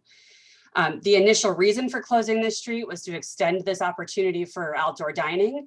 That's not necessary anymore. So I'd like to see what the actual reasons are besides people like it. I think that we need to think about some very specific empirical data to support that this is necessary. There is documented data, and I know that several of those business owners have already spoken tonight, that expresses these concerns. And when you have numbers that are over the majority, that's concerning to me that that's not being clearly engaged in terms of thinking things like consequence. As Dave Meadows has just mentioned and other things, I'm very concerned about the equity issue of disabled and elderly people. Thinking about their access to things. If it's not easy to get to the top or the bottom of Bridge Street, it's very difficult for people to get there. I know that people have said people are looking to park right in front of the restaurants. That's not the case. Maybe one or two are, but that's not what we're talking about. But having the complete street closed makes it incredibly difficult for people to even do those kinds of drop-offs, to pick up takeout, which has been another concern of restaurants. And I know it's already been said multiple times, but I'll say it again.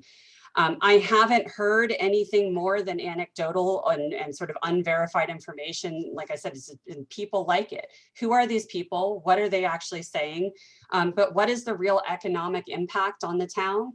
What is the traffic impact? What is the infrastructure impact? All of these things have been expressed over and over again as things that we need information on. And I don't know that any of those things have happened.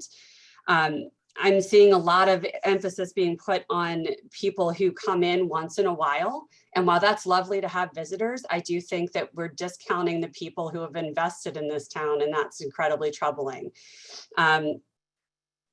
I just think that when we're looking at things like emergency services, a few years ago, we had expressed concerns about heavy traffic on 2nd Avenue because it was used as a bypass. That has increased tremendously, as it has on all of the other avenues. There's been increased traffic incidents in those areas. We were told that we couldn't do too much on our street to mitigate those traffic problems because it would be an impact on emergency services. So I'm not sure how a speed bump, which took us 2 years to get on 2nd Avenue, is more of an impact than asking emergency services to have to go the whole way around town. I'm also concerned about residents having not been contacted. I know people that live on Church Street and people who live in some of the apartments right above town are concerned about where they're even supposed to park their cars on the weekends, dealing with increased traffic on roads that were never meant for that. I understand growth. I'm all for growth, but I think that making a reactionary decision based on something that, oh, it sounded good at the time, this needs long-term planning. It's going to have long-term consequences. I am really hopeful that this sort of idea that businesses either don't want it or they do, this idea that it has to be one way or the other is not where we end up. I think that there can be compromise. We have managed to do lots of really interesting things in this town over the years. I hope that those voices are taken into consideration and that residents and businesses are prioritized. And I'd like to see some of those plans happen. Thank you. Thank you.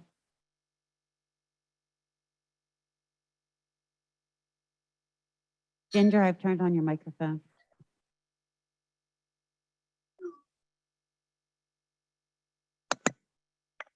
Thank you so much. Virginia Murphy, 222 Church Street. And I just wanted to speak for a minute from a resident's perspective. As many people have said, the efforts around supporting our businesses during the difficult months of the pandemic that led to this closure as a strategy have been really good, and I am glad of that. But as people have noted, since we're no longer in a phase where the pandemic restrictions apply, revisiting the closures every weekend, I think is absolutely critical. And I can tell you as a resident, you sort of don't mind taking it for the team as a member of the community, but it really has had a tough impact on us. And, you know, you kind of hang in there when it's necessary, but now that the smoke is clearing, so to speak, of the pandemic, I really feel strongly that it's tipped toward the negative, especially for residents. I live right on the 200 block of Church Street, which really takes the brunt in terms of traffic and parking, and you know, the loss of those parking spaces down at the Main and Bridge lot, as people have noted, especially for individuals with disabilities, is really a big loss. And I can tell you also that if the parking enforcement doesn't happen, those of us who pay for our permits can't find spaces because we're competing then with visitors, and it's really tough. And you know, the safety issues both for pedestrians as well as aggressive driving incidents that I know I've experienced really have degraded the quality of life for me as a resident. And I will say also, even to the point where sometimes increased noise late at night was much more than I've experienced prior to the closures. So I would urge urge council members to vote no on the every weekend closures. And as somebody also noted, I feel like as you review all the events that will be coming back for their permits, and especially the ones that necessitate closures downtown, keep it as something special that does create a festive, unique atmosphere and will draw people to town for that reason. Seems to be a good strategy, instead of, as Mr. Meadows noticed and noted when he spoke this evening, having just an empty street during especially those hot summer months. So thank you for the opportunity to speak, and appreciate it. Thank you.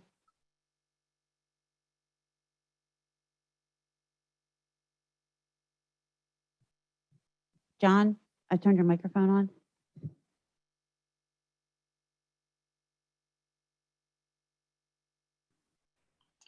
Good evening, and thank you for the opportunity to speak with you. My name is John McPhee. I'm the business manager of Diving Cat Studio Gallery, located at 246 Bridge Street. In addition to having our business there, we do own the building, and our building owners, taxpayers, supporting the borough and the school district as well. You are in receipt of a letter that I sent you a while back. And without rehashing my letter, you see that the content of it is that we are in full support of the street closure.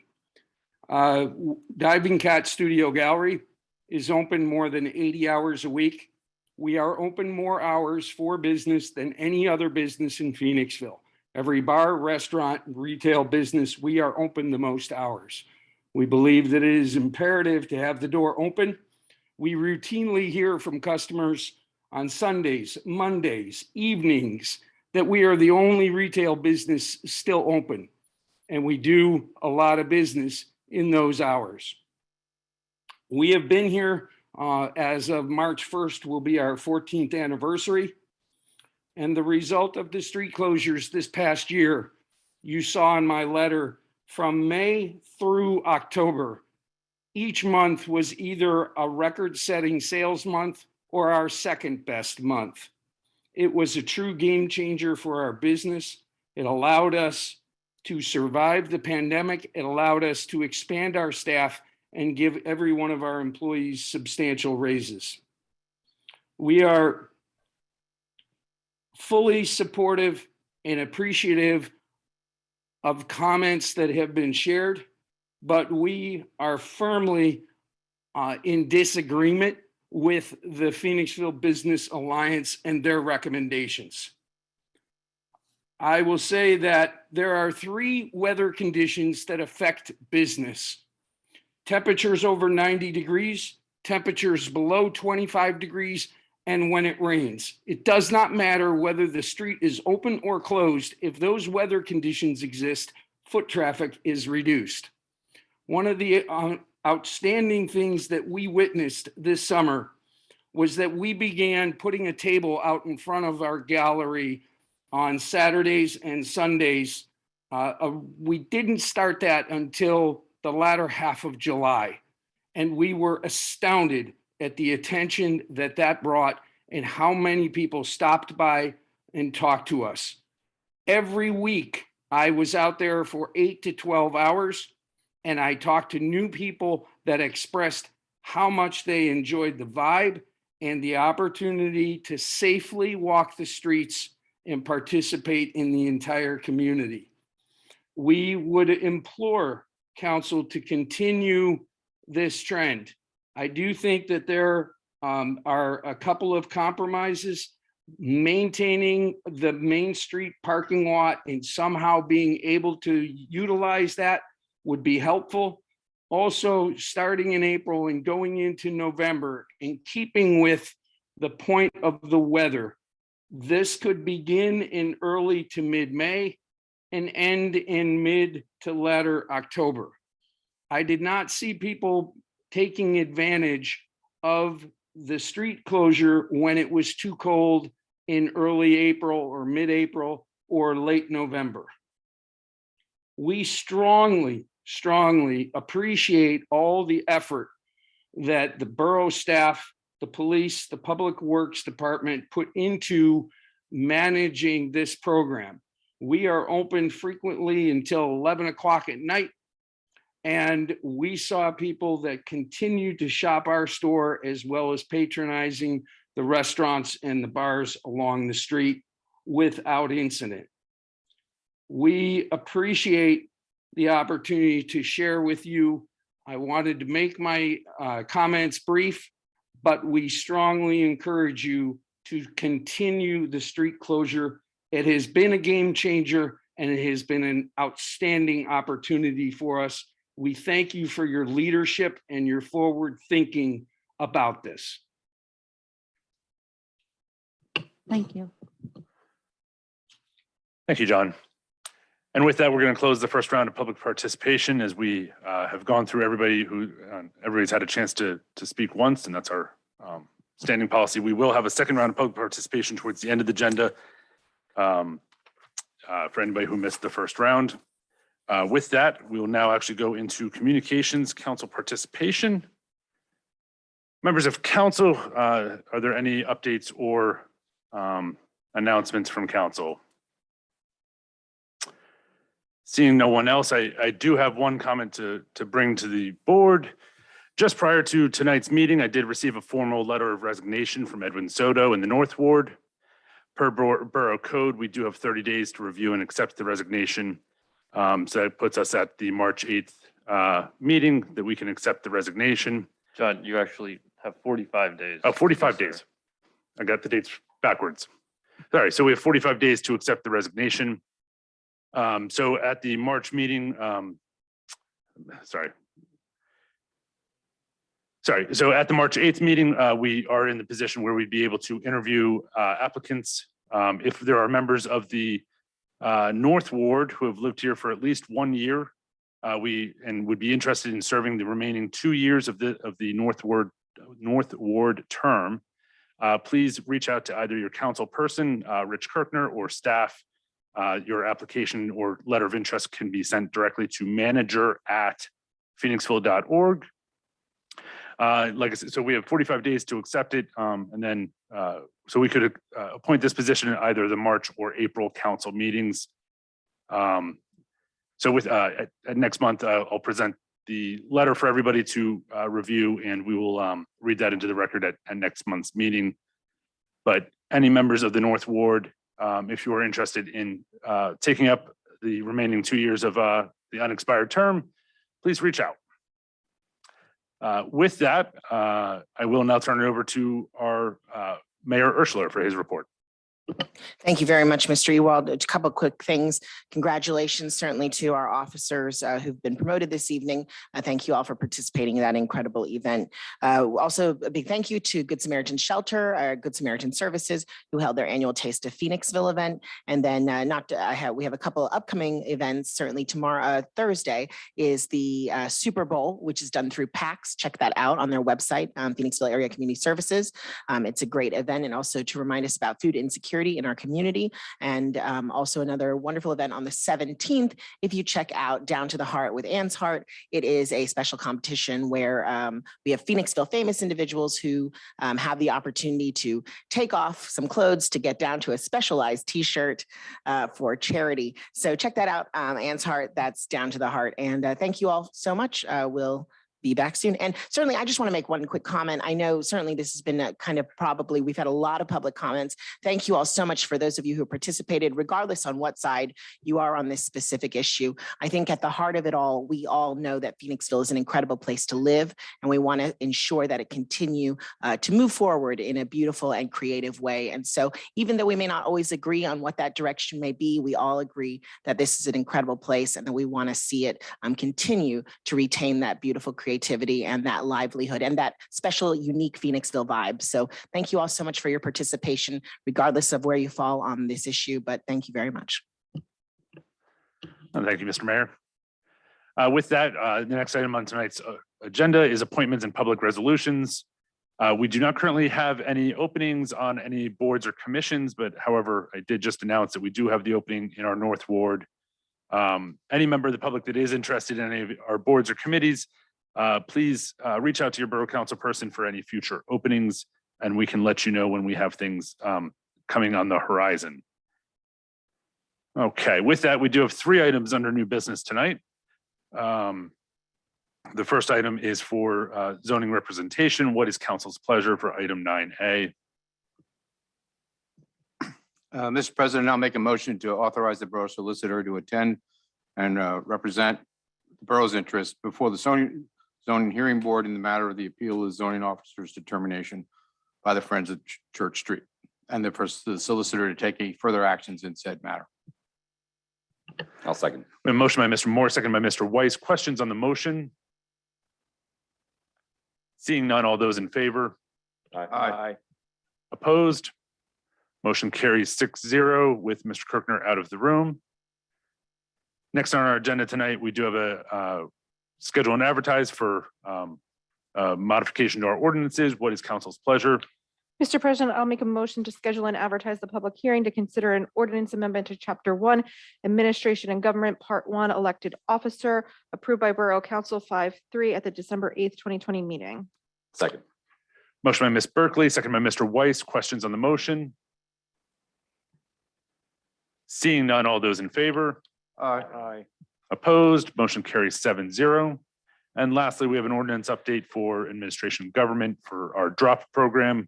What is council's pleasure? Mr. President, I'll make a motion to schedule and advertise a public hearing to consider a ordinance amendment to Chapter 1, Administration and Government, Part 7, Pensions, Retirement, and Social Security. Second. Motion by Ms. Berkeley, second by Mr. Weiss. Questions on this motion? So, yeah, I do. Yes. Did we have a drop before? We did not. So under the adjudication of the agreement with the CBA with the union, this was added as part of the Okay, determination. so this was part of the collective bargaining agreement. It is. Okay. Yep. Any other questions on the motion? Seeing none, all those in favor? Aye. Opposed? Motion carries 7-0. Moving right along to section 10 of tonight's agenda, resolutions. We have 2 resolutions to consider, one pertaining to our renewal of a cable franchise agreement and the other for a planning commission project. What is council's pleasure? I'll make a motion to adopt a resolution authorizing the execution of a cable franchise agreement between the Borough of Phoenixville and Verizon Pennsylvania LLC. We have a motion by Mr. Weiss, second by Mr. Moore for a cable franchise agreement. Pretty standard agreement that we're just renewing here. Any questions on this motion? Seeing none, all those in favor? Aye. Opposed? Motion carries 7-0. I'd like to make a motion to adopt a resolution authorizing the submission of an application for local share account statewide grant funds from the Commonwealth Financing Authority for the site development, location, and refurbishment of the Phoenix Wheel project. Second. We have a motion by Mr. Weiss, second by Ms. Berkeley. This is for a grant that we'd like to apply to for the Phoenix Wheel project. Any questions on this motion? Seeing none, all those in favor? Aye. Opposed? Motion carries 7-0. We now have a pair of public hearings to move into, so I'll need a motion to recess the public meeting and open a public hearing. So moved. Second. We have a motion by Mr. Weiss, second by Ms. Berkeley. Questions on the motion? Seeing none, all those in favor? Aye. Opposed? Motion carries 7-0. I will now turn it over to our solicitor.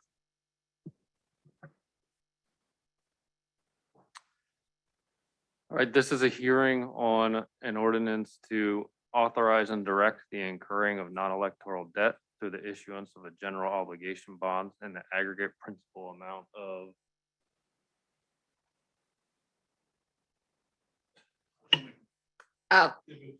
$11,340,000. Is that right? Yes. of the Borough of Phoenixville, Chester County, Pennsylvania. And this is basically a refinance. And it is my understanding that the borough is in line to save significant money due to this refinance of the bond. And if I'm correct, and Borough Manager, correct me if I'm wrong, it's it's about $1 million in savings over the life of the bond. About 900,000. This bond refinance was handled primarily by bond counsel, and there was an auction undertaken recently to give us the bond rate.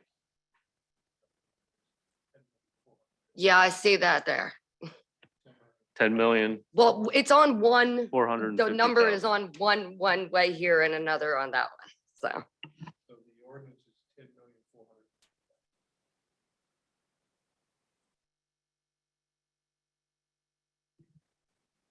I said that right. 10,450,000 is the total of the bond.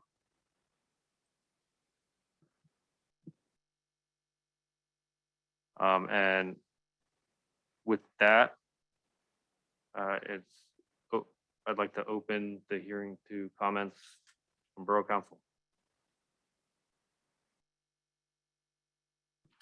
I watched the auction this morning. It was fascinating and a tremendous outcome for the borough and the taxpayers. I certainly think this was a wise move, and we did it at the first opportunity that we were physically able to do so. So not a comment, not a question, but a comment. Yeah, likewise to pile on the comment. I think it's a great financial move. Really happy to make it. With that, I entertain a motion to close the hearing and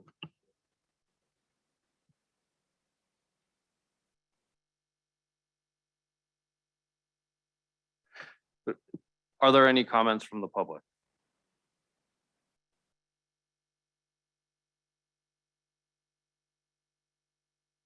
Seeing none, I'd entertain a motion to close the public hearing and return to the public meeting of Borough Council. So moved. Second. Motion by Mr. Weiss, second by Ms. Berkeley to close the public hearing and resume our, to close the public hearing and resume our public meeting. Questions on the motion? Seeing none, all those in favor? Aye. Aye. Opposed?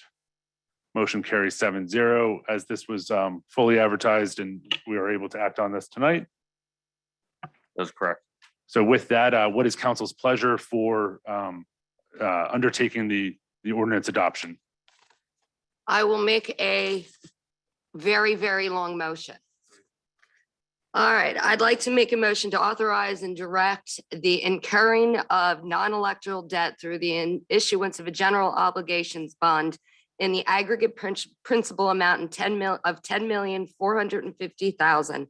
The bonds of the Borough of Phoenixville, Chester County, Pennsylvania, the issuer, for the purpose of providing funds to undertake the current refunding project of the issuer's outstanding general obligation bonds, series of 2012, the 2012 bonds, and to pay the cost of insuring the bonds or any or all of the cost of issuing the bonds or any or all of the same, stating the purpose of the current refunding project, describing certain prior projects and ratifying and confirming the originally estimated realistic useful lives thereof and stating the remaining useful lives thereof, directing the proper officers of the issuer to prepare, certify, and file the required debt statement and borrowing base certificate, covenanting that the issuer shall include the amount of annual debt service in the budget for each fiscal year, providing for the fully registered bonds, date of the bonds, interest payment dates, provisions for redemption and stated principal maturity amounts, and fixing the rates of interest on such bonds, and providing for book entry only bonds, authorizing proper officers of the issuer to contract with the bank or bank and trust company for its services as sinking fund depository, paying agent and registrar and stating a covenant as to payment of principal and interest without deduction for certain taxes, providing for the registration, transfer, and exchange of bonds, providing for the execution, delivery, and authentication of bonds and the disposition of the proceeds thereof, approving the forms of the bonds, paying agents authentication certificate and assignment, and providing for CUSIP numbers to be printed on the bonds, awarding such bonds at a sale by invitation, and stating that such sale is in the best financial interest of the issuer, creating a sinking fund and appropriating annual amounts for the payment of debt service on the bonds, authorizing and directing the proper officers of the issuer to certify and to file with the Pennsylvania Department of Community and Economic Development certified copies of the necessary proceedings, undertaking certain tax covenants with regard to the bonds, approving the content and form of the preliminary official statement, and authorizing the distribution thereof, and authorizing the preparation, execution, and delivery of an official statement, and the undertaking of certain continuing disclosure with respect to the bonds, authorizing and directing the refunding of the 2012 bonds, authorizing the purchase of municipal bond insurance, if applicable, authorizing and directing the proper officers of the issuer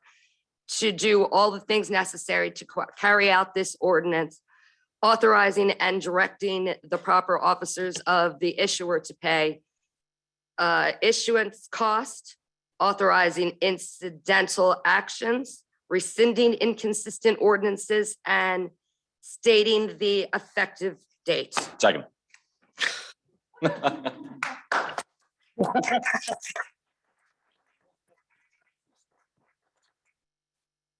You forgot to say I make a motion though, so you're gonna have to start again. We have a motion by Ms. Dugan, second by Mr. Weiss. Questions on the motion? That might have been the longest motion we've ever had. Congratulations. Seeing none, all those in favor? Aye. Opposed? Motion carries 7-0. With that, we'll move into our second public hearing for the night. So I need a motion to recess the public meeting and open a public hearing at the moment. So moved. Second. Motion by Mr. Weiss, second by Mr. Moore. We are now in a public hearing. I turn it over to our solicitor. This is a hearing to consider the adoption of an ordinance authorizing the acquisition of a property using the borough's powers of eminent domain. The parcel in question is known as Chester County UPI number 15-9-94, located at 395 Bridge Street, consisting of approximately 23,704 square feet. We have the plan and legal description of the parcels as exhibits A and B to the ordinance. The borough may acquire property via eminent domain for a number of public purposes, including but not limited to streets, sidewalks, bridges, sewers, parks, recreation, parking, water systems, and libraries. By adopting this ordinance, Borough Council would be authorizing the borough solicitor and other borough officers to take such actions as necessary to filing the necessary paperwork to effect a condemnation, either amicable or otherwise, and issue just compensation therefore. The borough has made various offers to the property owner to purchase this parcel, which have been declined. Council discussion will be held at the close of the hearing. Do we have any comments from council?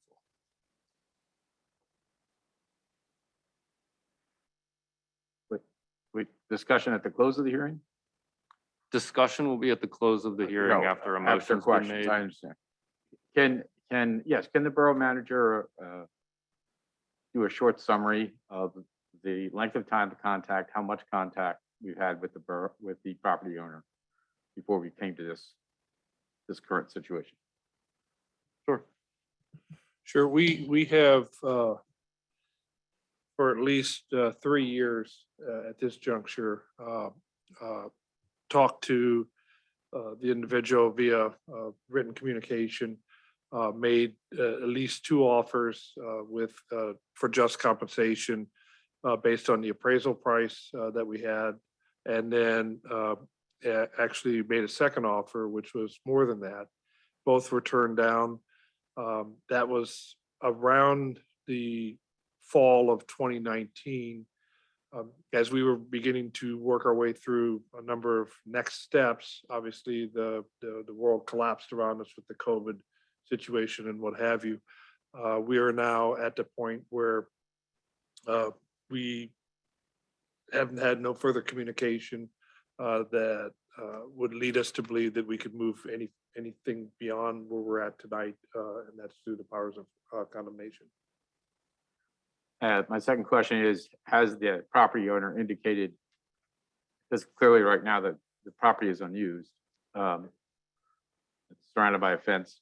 Has the property owner indicated in any way, written communication or in any other way, what their plan is for it versus us taking it for our needs? As an actual plan, the answer is no. The property owner has intimated a desire to do something, but we have no idea what that is. That's all the questions.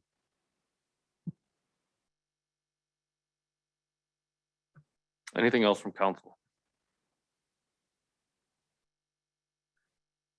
Are there any comments from the public?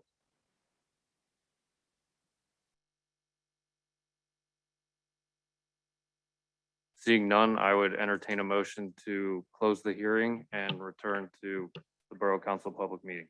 I'll make a motion to close the public hearing and return to the council meeting. Second. Motion by Ms. Berkeley, second by Mr. Weiss. Questions on the motion? Seeing none, all those in favor? Aye. Motion carries 7-0.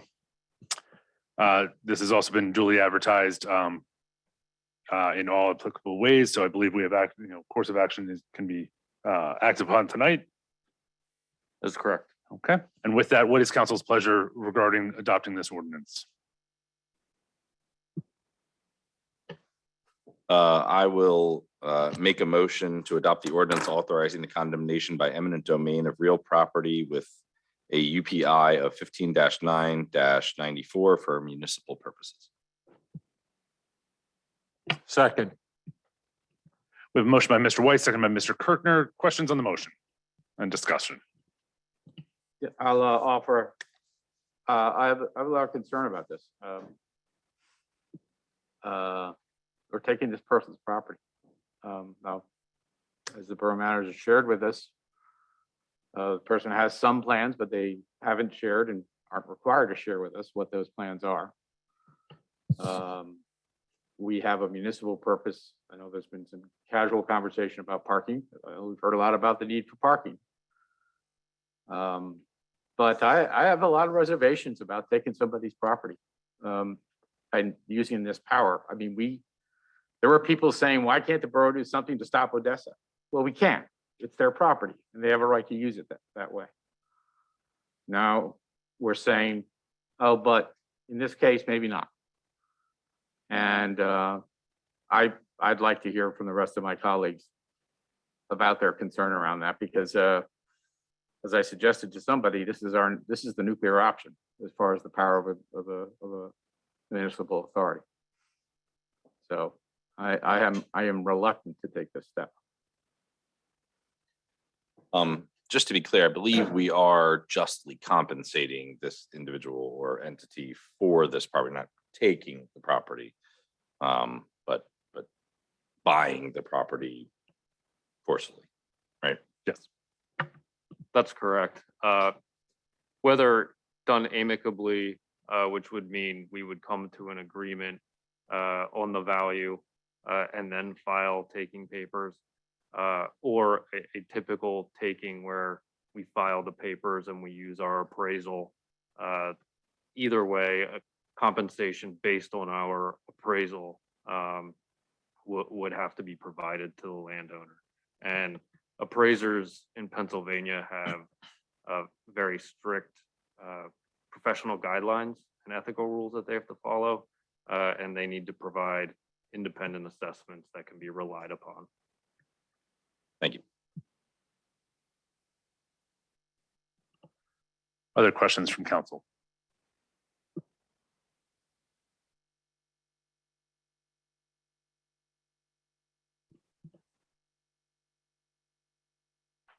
Okay, we'll call the vote. All those in favor?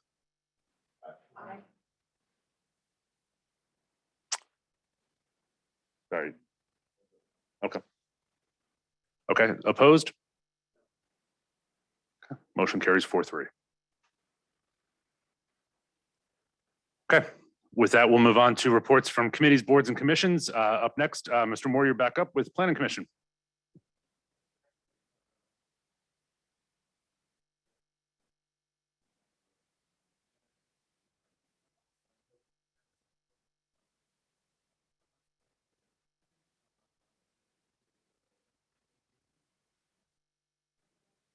I'm sorry. Well, I apologize. So we had a number of ongoing projects going through two projects with sketch plans and 2 projects in preliminary final discussion. Those are ongoing, but we did have a project that was completed. So I'd like to make a motion to adopt a resolution of the Council of the Borough of Phoenixville officially approving the preliminary final subdivision and land development plan known as Phoenix Wheel 2. Second. Motion by Mr. Moore, second by Ms. Berkeley for the Phoenix Wheel. Questions on the motion? Okay, just for the public's clarification, I do have a PowerPoint that I can show exactly what we're looking to do there. If that, Yeah, I think that'd be great. to show the folks. So if I can just show my screen here.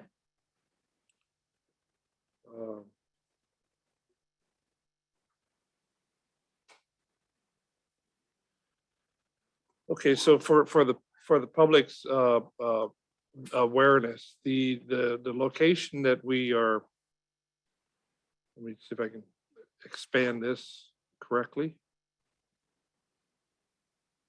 Did that do it? Okay. So the area that we're talking, this is the western end of the Borough's parking lot. The Borough Hall would be over here. This is the lot that we're talking about that they are considering approving this plan tonight.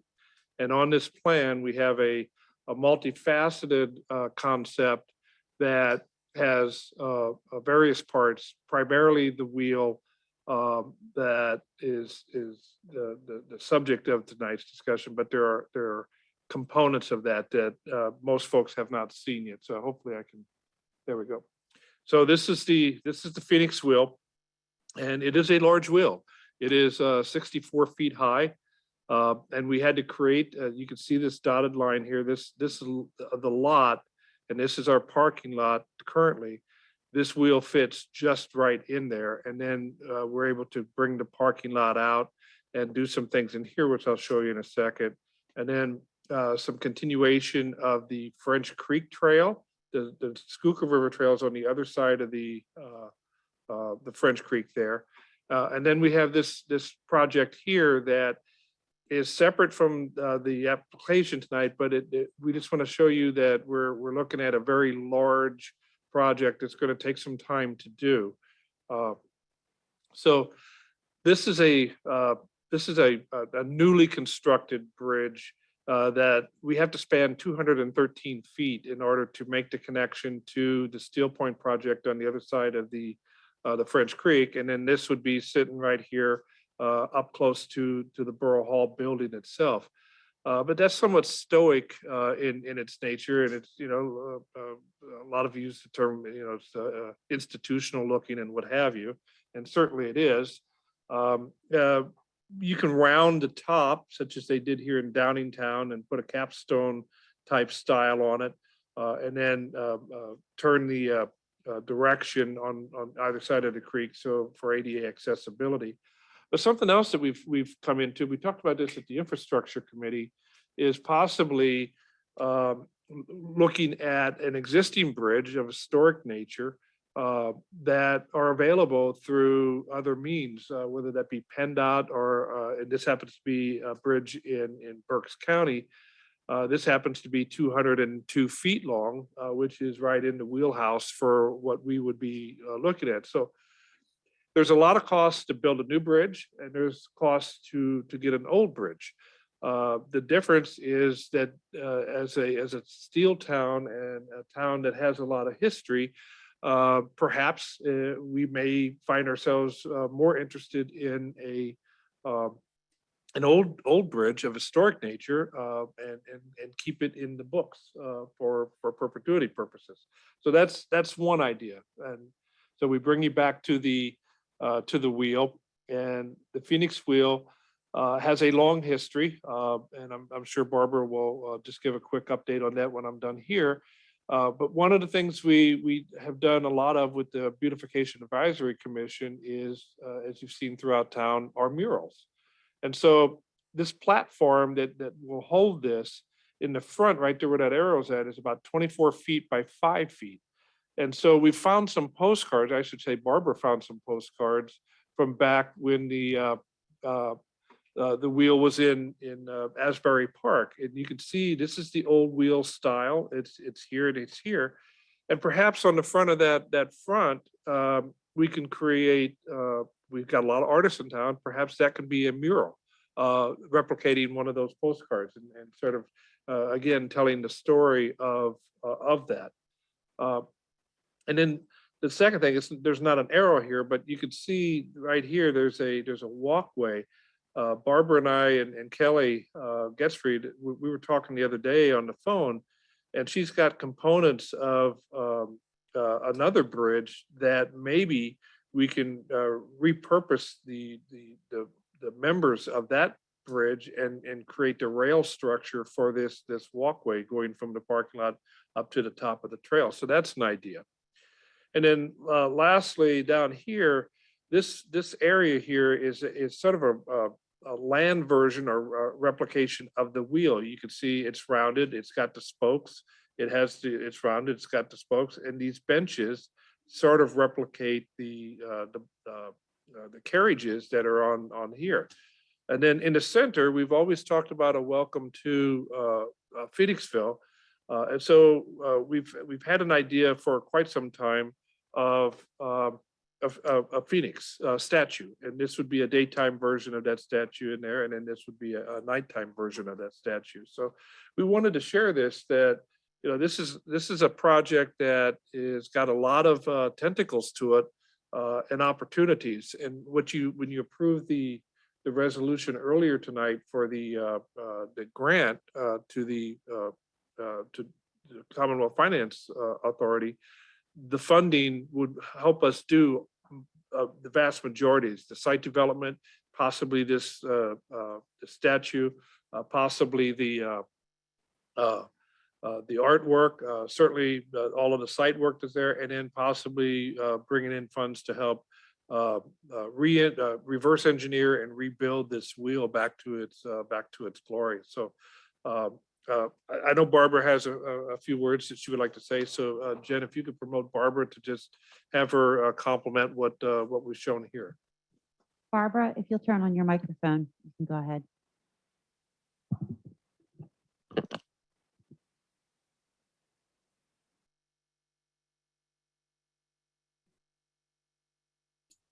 Now, can you hear me? Yes. Thank you. Well, I want to thank everyone for partnering with the Schuylkill River Heritage Center. We have owned this wheel since the end of August in 2008. I'll go back in time for just a moment for those of you who are not familiar with how this occurred. In 2002, I received a bridge for free from the New Jersey Historic Commission. We were working on the foundry and making the improvements and restoration there. I saw an ad for an 1891 Phoenix Bridge that once crossed the Ramapo River 28 miles from New York City, called the Jody Road Bridge. Long story short, we received the bridge, and unfortunately it was never used. The Phoenixville Area Economic Development Corporation, known as PEDCO, sold the bridge to the borough for $1. And since it was never used, the borough a couple of years ago sold the bridge to the Schuylkill River Heritage Center for $1. Making use of it, it was no longer possible to be used as a bridge crossing. And so I have to thank Gernjager and Specialty Metals. What they did was make use of Jeff Amorine, who was a member of the Heritage Center, conceptual plan, created the bridge sculpture, and it currently resides in Renaissance Park and illustrates in a beautiful way the incredible history of the Phoenix columns. The pieces of the bridge are still in existence. And what happened was 6 years later, we heard about a developer in New Jersey who had brought back a wheel that once was there in Asbury Park. It was built by the Phoenix Bridge Company in 1895. It stood and worked in Asbury Park until 1989. It was sold to an amusement park in Biloxi, Mississippi. And yes, Gene, I have a picture of it there too. In any case, it stood and worked there till 1998. Bill Sitar, the developer, brought back the wheel as well as the carousel. And we had heard about this, but we didn't know who the developer was. I called the woman, Andrea Tingy, from the New Jersey Historic Commission, from whom we had received the Doty Road Bridge that once crossed the Ramapo River. I was embarrassed because we had never used the bridge. But in any case, I said, Andrea, do you know of a guy, a developer, who has a Ferris wheel or a Phoenix wheel on his property? She said, oh yeah, that's Bill Sitar. And that is how we were able to find out about the existence of the wheel. And we were able to raise the funds to purchase the wheel, thanks to Ryan Costello, who was on our board at that time. In any case, we have raised the funds to purchase the wheel. We own it outright. And thanks to many, many donors in the community, all 16 of the seating baskets have been restored. And I went to the Hagley Museum with Tom Ziegler, our structural engineer, to find the plans. And we found out that all the plans from the Phoenix Iron Company were done away with and destroyed in 1921. So what Tom Ziegler was able to do was to lay out all the parts of the wheel and do what they call reverse engineering. And I have given Gene Crack a copy of Tom Ziegler's plans that we have. We had anticipated being able to place it across the street and up the hill from the foundry. We had an arrangement with the Berwyn Property Group, and they sold their plans to Toll Brothers. Unfortunately, Toll Brothers took the wheel off the property. So the wheel has been in storage, and we have been busy, obviously, bringing back the mural and transforming Renaissance Park. But I am very pleased and happy to work with all of you and everyone to make the wheel come back to life as a sculpture, because it has an incredible story. If I can take 2 more minutes, the man who owned Asbury Park Amusements was named Zemel Resnick, and he served in the British Army in World War I. He was a bunkmate with David Ben-Gurion, who became Israel's first president. As it turns out, in trying to have a place to restore the Israeli homeland after the Holocaust in World War II, there was major project to have the ability to purchase surplus airplanes and other equipment that was left over from World War II. What happened was there was something called the Neutrality Act passed in 1946, which prohibited anybody from trying to do this.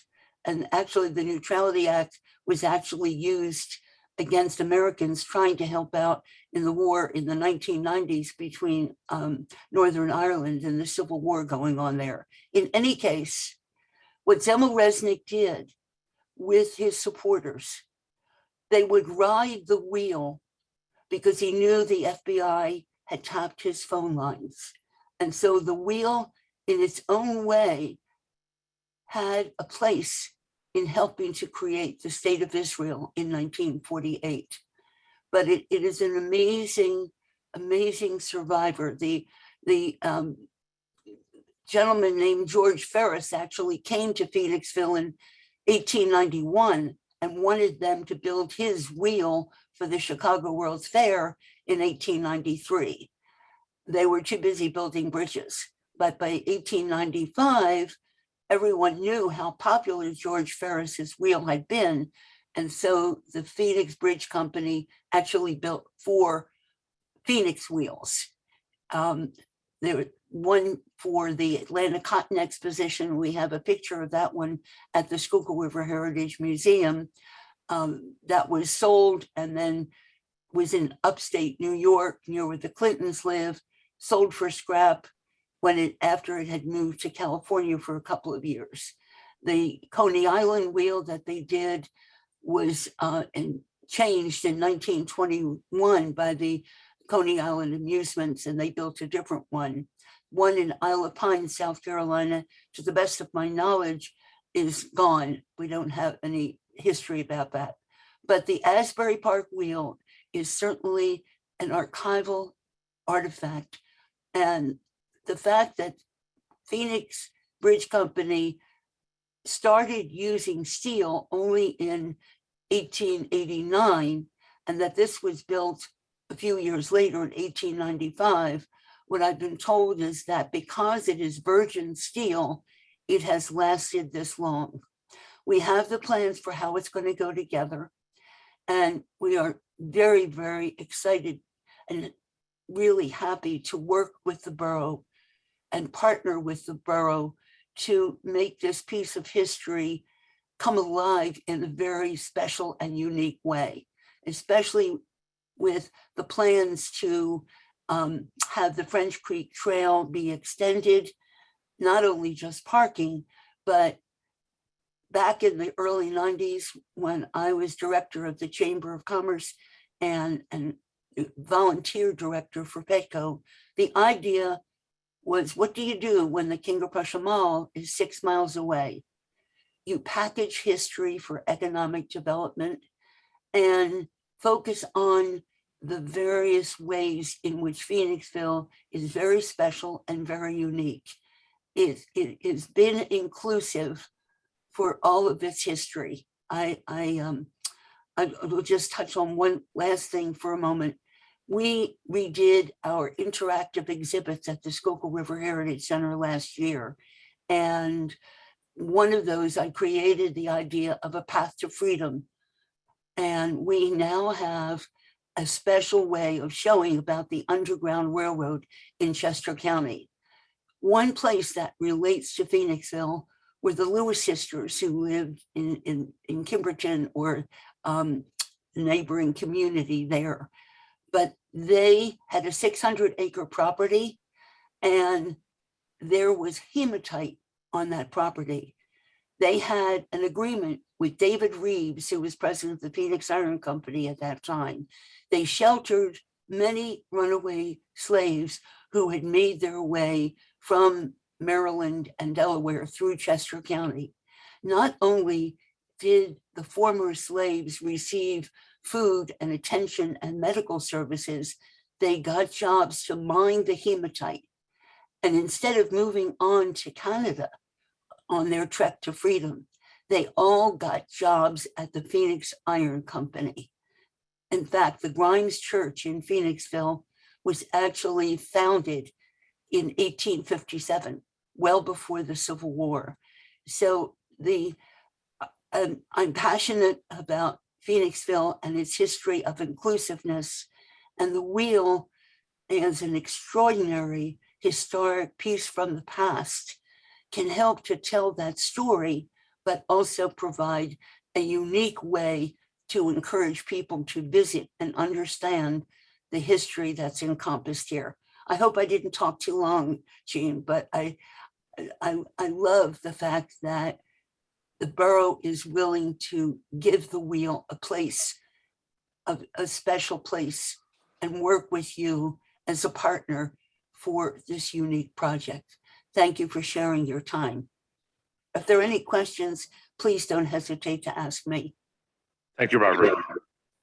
I would just like to add that although this is a borough project, this did go through the full review process applicable to all land developments and subdivisions. Along with the agenda materials, there were review letters done by the consultants, and there was also a recommendation made by the Planning Commission. Okay, so with that background, we have a motion on the floor. Questions on the motion or questions on the project in general? No, I would just like to say thank you to Barbara. And, we heard a lot of talk about making an event downtown, and this certainly does do that. So. I'll second that. Yeah. Okay, with that, all those in favor? Aye. Opposed? Motion carries 7-0. Anything else, Mr. Moore, from planning? Just a reminder that 6 o'clock this coming Thursday is our February meeting. Great, thank you very much. With that, we'll move on to Ms. Dugan with Harb. There's nothing to report this month. Thank you. Mr. Kirkner with Regional Planning Committee. There's not much to report. There's talk of the Regional Planning Committee from East Pikeland about getting notification from Phoenixville when there are plans submitted for projects that border East Pikeland. I don't know. I don't know what happens there presently, but I was thinking that's probably a broader discussion for the Regional Planning Committee to look at all member municipalities when there are plans submitted that border I thought neighboring that's what they did. municipalities for some communication. Yeah, okay. Okay. I thought that's what the Regional Planning Committee was charged with, so. Yeah, Yeah. I don't know. I'm just, I'm the messenger. Don't shoot me. Thanks, Rich. With that, Ms. Dugan with Rec Board. Okay, we've got some programs coming up this month, and all of this information is available at phoenixville.org on the Parks and Recreation page. But coming up, we've got a few family phys ed programs that happens over at Pat Nettle Field. That'll happen on February 20th, March 6th, and March 20th. Also coming up, there is the camp registration for the summer camps and for the spring camp. That starts on March 7th. The Gingerbread House registration for the 2022-23 season is open now. And also there is a couple sports things with Jumpstart for T-ball. That's for the summer. Well, it's spring, but it's May, April and May coming up, and that registration's open now too. And then there's soccer shots.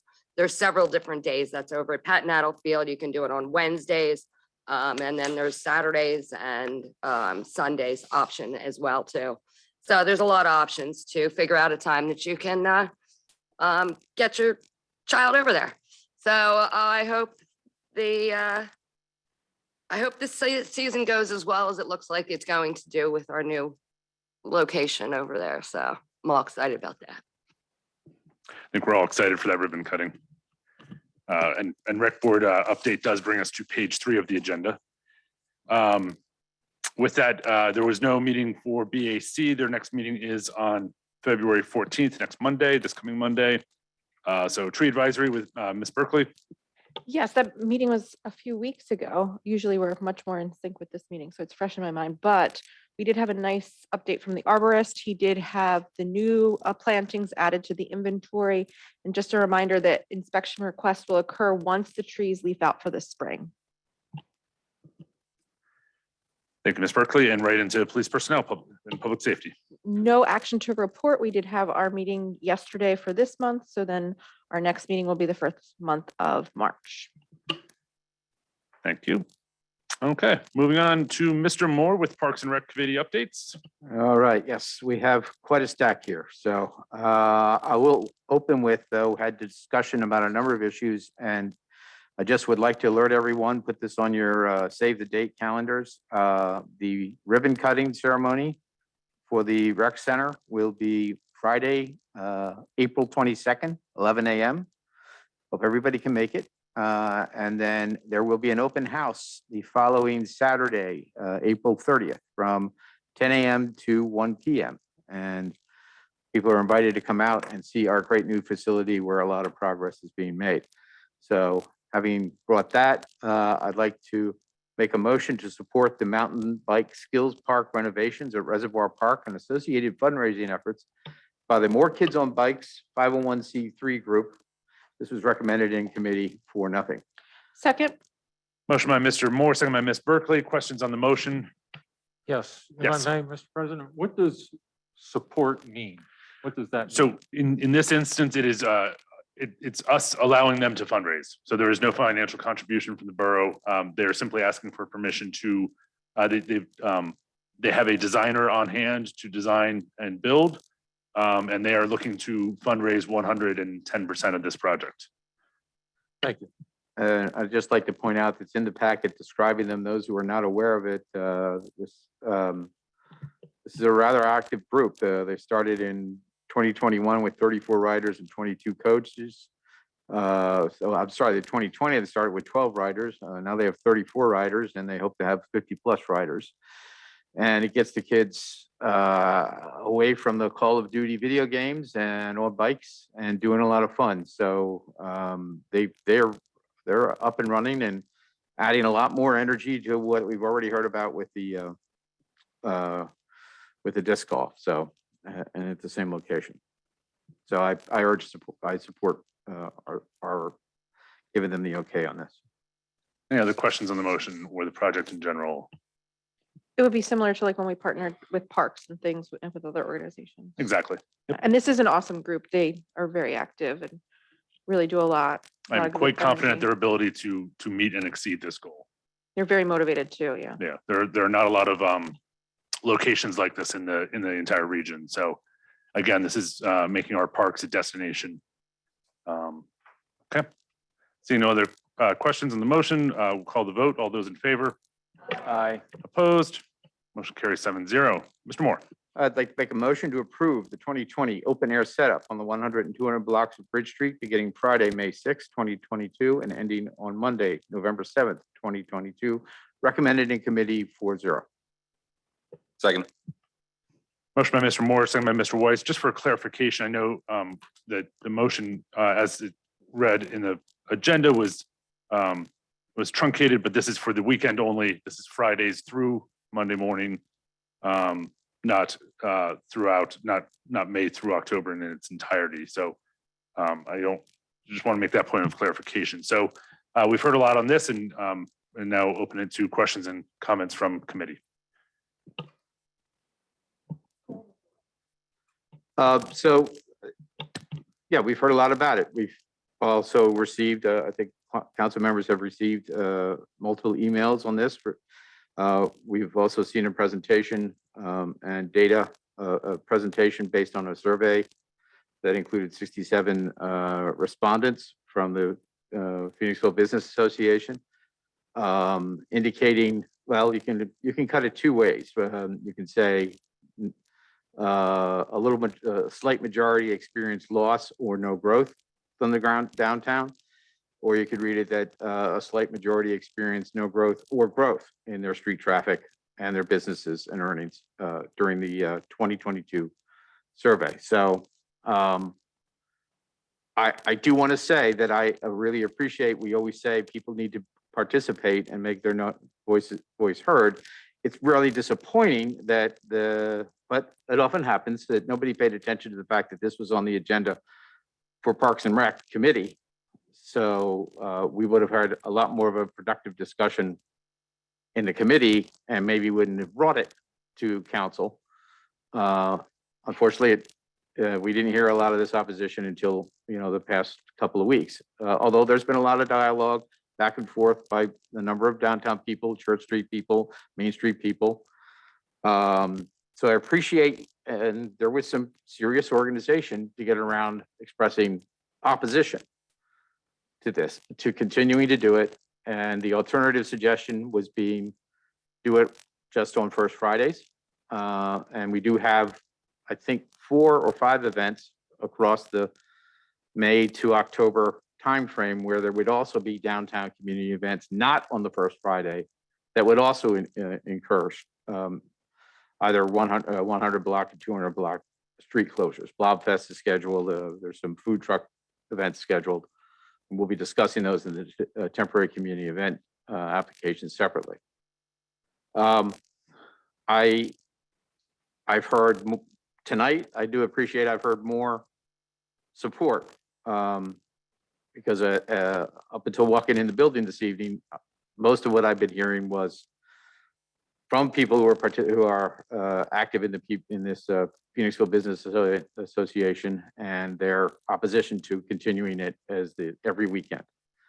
So I want to be very responsive to these people, and there's the voice of the community has been expressed in that regard. Now we've heard alternatives, and I'm interested. I'm in the West Ward. I live at the edge of the West Ward, so I'd be interested to hear what people who are from the Middle Ward and so forth have to say. Well, I'll be Council happy to members. speak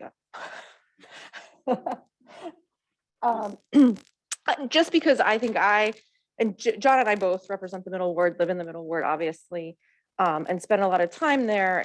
I am at downtown a lot in free time and on the weekends, especially in the summer.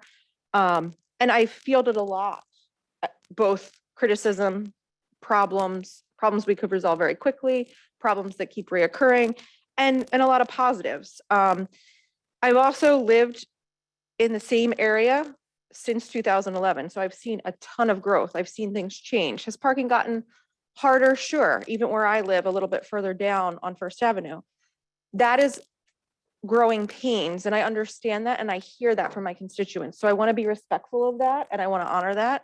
I hear the business owners, and I guess it could be a bad thing for me to say this, but I also am a business owner, so I get that too. And I see that.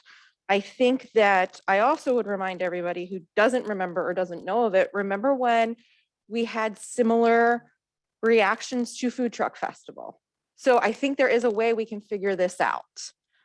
I don't think we're going to figure it out tonight. And I think that this should go back to committee and we should have some really robust conversations, because to Mr. Moore's point, yeah, we're going to have these other events, but we got a lot of feedback and nobody really wanted to listen to that because they were feeling so passionate and so like their livelihood is being, challenged by this, that they didn't want to listen to the other thoughts around this. And I think we need to have those conversations because we are a community where we all need to thrive and figure things out together. But we had a lot of negative feedback when I first started, even before when I first started coming to meetings, when I wanted to learn what it was like to be a representative, because people were angry that it was inconsistent on the closures because we had some events on Fridays, some events on Saturdays. So looking at this agenda and looking at items 5, 9, 10, 11, 13, and 12 all being relating to the closure, I think we need to wrap our minds around what makes sense, what looks good, and what is our goal. I know that we did this during COVID times because we wanted to help businesses, but I don't think our goal is that as we move out of the pandemic. I think our goal is to do what they're suggesting, but they're not seeing what we're suggesting. And that's on us a little bit. We can discuss that more and present that to them. And I would hope that organizations like the Chamber and the Business Association would help them to find solutions of how do we grow as we grow into an event like this. And I don't want to discount their concerns. I just want to say there has to be a balance. And I think there needs to be a robust conversation. And I think that the most appropriate place for that is committee. If I could chime in as well. I think, I completely agree with Ms. Berkeley's assertions that we do need to be really specific about what our goal is for these closures. I think at one point it was an emergency measure to save our businesses and give them a fighting chance of staying afloat. But I think as the concept has played out over the past 2 years, the goal has shifted a little bit. And maybe the goal isn't just a business-oriented practice, but more a community-oriented practice, something that makes Phoenixville a destination, but also an ideal place for the residents of the community. So I definitely want to make sure that while we're receiving the feedback of our business community, which does seem to be somewhat split, I want to make sure we also keep a focus on the community and the residents of the community and how this affects them. And I think that is a nuanced conversation as well. I don't think it's 100% in either direction, but a conversation that I want to make sure we keep at the center of the conversation and that we're not overly indexed to the needs of our business community. Again, I think they're very important, but I think both pieces are important. If I may, thank you, Mr. President. Mr.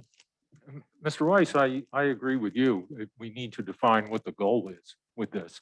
Early on, I understood 2 years ago, I understood what the goal was, and that was to provide social distancing for restaurant diners. So restaurants could extend their dining areas out into the street for that. That was clearly understood. That was before we had vaccines. And now we have vaccines, and I don't know, I think the last I saw the rate in Chester County was something like 70% fully vaccinated. So there's that. There's, I heard talk about a vibe tonight, and a vibe is a cool thing. I don't know how to measure that. I do know how to measure business sentiment, and the Phoenixville Business Alliance did that survey. It looked like an excellent survey. 67% of their respondents were against closing for the weekend every week from May 6th through November 4th. I don't know where you come from, but where I come from, 67 to 33 is not a split decision. That's a landslide. But the only thing I would challenge. And also, I got 14 emails against the idea, and 2 emails supporting the idea. Then we heard more tonight, and that was about 50-50. But again, that's 2 touchdowns versus a safety. That's not a split decision. That's an overwhelming decision against this idea, an overwhelming sentiment. There are public safety concerns that I think have to be addressed. There was a lot of talk about businesses on Bridge Street, but there are also residents on Church Street and residents on Prospect Street, and their needs must be addressed as well. I've talked to people. There's also, Bridge Street is a thoroughfare. It's how people from Montclair get through town. It's not like Phoenixville in this part of the community is laid out on a grid where you have a parallel street on each side of Bridge Street. You don't have that. You have Bridge Street, and then you have, like, on the north of Bridge Street, you have Ashland and Taylor Alley, and you can't make a connection there. South of Bridge Street, you have Church Street one way, you have Washington Avenue going the other way. People coming into town, they don't understand how to make that connection. I heard last year that Kimberton was called for an assist in Montclair. Kimberton Fire Company assist to Montclair. Went down Bridge Street, went down Church Street because Bridge Street was closed, got hung up for 3 minutes on Church Street trying to get through the traffic there, trying to get to Montclair. So that's a public safety issue too. Not to mention, I don't know if any of you've seen that crosswalk at Prospect and Main when Bridge Street is closed. It's a crosswalk right in front of Three Brothers. That's like one of the most dangerous crosswalks I've ever seen, with all that traffic queued on Prospect Street trying to get across Main. So there are a number of issues. People with physical limitations can't frequent the businesses downtown when the streets are closed. And I know that firsthand because after I had my surgery last June, you know, my wife wanted to go down to Black Lab. I couldn't go because even though it was a short walk, I couldn't make that walk. So if she could have dropped me off in front and then found a parking space, it would have been different. I know the Colonial Theater has had that issue. So a lot of businesses have had these issues. So there's a lot here, and maybe we're not ready to jump on this yet. But I would like to address also what Mr. Moore said about they didn't get this input at the committee meeting. I don't blame people for that. They're not informed about what's going on because they don't have a newspaper anymore. In the days when there was a newspaper, people knew what was going on. Now you have Facebook for people who are on Facebook. I'm not on Facebook. I don't think most people are on Facebook. Facebook isn't a reliable source of information anyway. You know, it's not the residents' fault, and it's not the business's fault that they don't know what the committees are discussing. They're doing the best they can.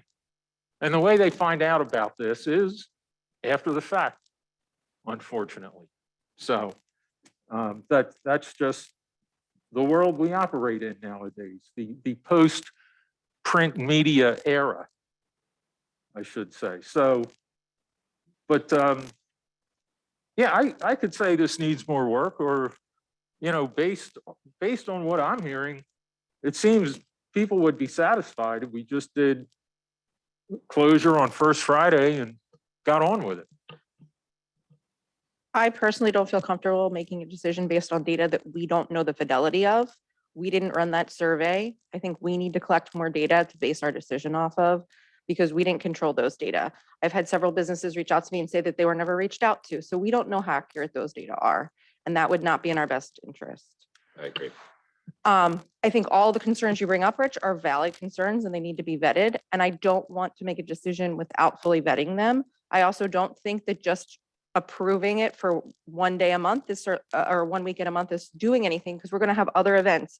We're going to continue to push around the P. I think this needs to be a deeper conversation in committee.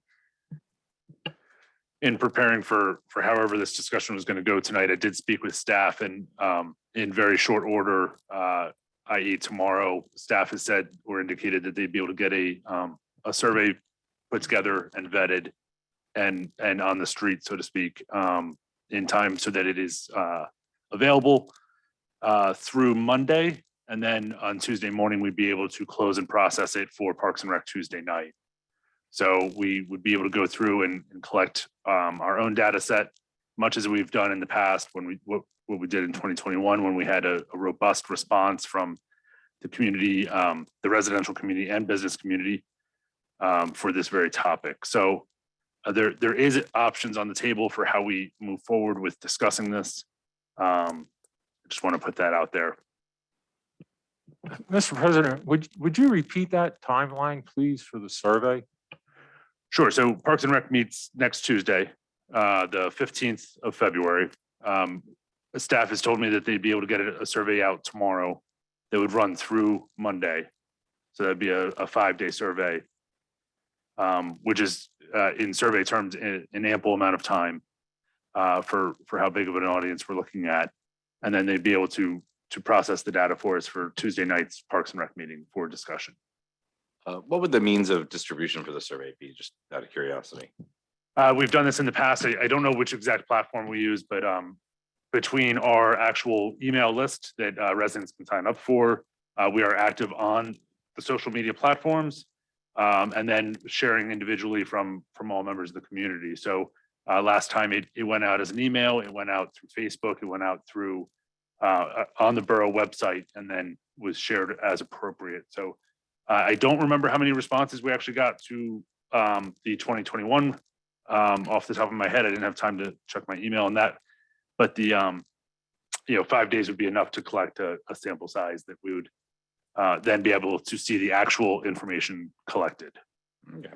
One last comment that I'd like to make, just in terms of planting an idea for folks to think about between now and then, if we are moving this back to committee, or if we are pushing the conversation off to another day when maybe we're better informed. I would like to encourage my colleagues in the broader community to consider, as we look at this, as we look at the closures of Bridge Street on weekends, not to view what it's been, but what it could be, and to keep a perspective on the potential that this has, because I do think there is a substantial amount of untapped potential, due in part because residents and business owners have not been confident that this would be a permanent solution, or that this would be in place for a long time.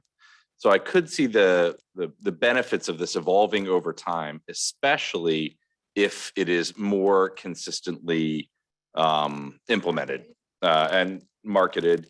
To Beth's point here, this is a service that we haven't marketed because we have been in kind of a COVID and quarantine circumstances. But if marketed properly, as we do with other events and as we do with our First Friday events, this could really blossom into something really special. And I don't want to lose sight of what it could be for what it has been. So I just want to encourage everybody to think with that lens and through that frame of reference as we go through increased conversations on this and more, public discourse. I have a question for staff, for you, Mr. Manager. Do we, in terms of timelines, do we really need to get this decided in March? We also have all these temporary community event applications that we were about to bring up, which are theoretically standalone from the weekly closure. I'm going to ask Ms. Gasfried to respond to that, please. Hello. So I just went back into what we did last year just to give some numbers, because I know there were some questions. We used SurveyMonkey. We put it out on all of our borough socials. We also asked business associations as well as the chamber to share this with their members. There was 2 different surveys that happened last year. We did a business specific. We had 55 people give responses back. And then we did a general one to the general public and residents, and there was 617 responses back. So I think, and our timeline there was about 7 days open. So I feel as though that we can get at least a good grasp on this if we put it out tomorrow, be able to get that back in by Monday, just at least get another feel for it. I think that some of the questions on the previous survey that was presented were really great. We can add those in. And then as well as add a couple other pieces of information that I think that would help guide us to our next step. That is, at least from the survey perspective of what we did last year.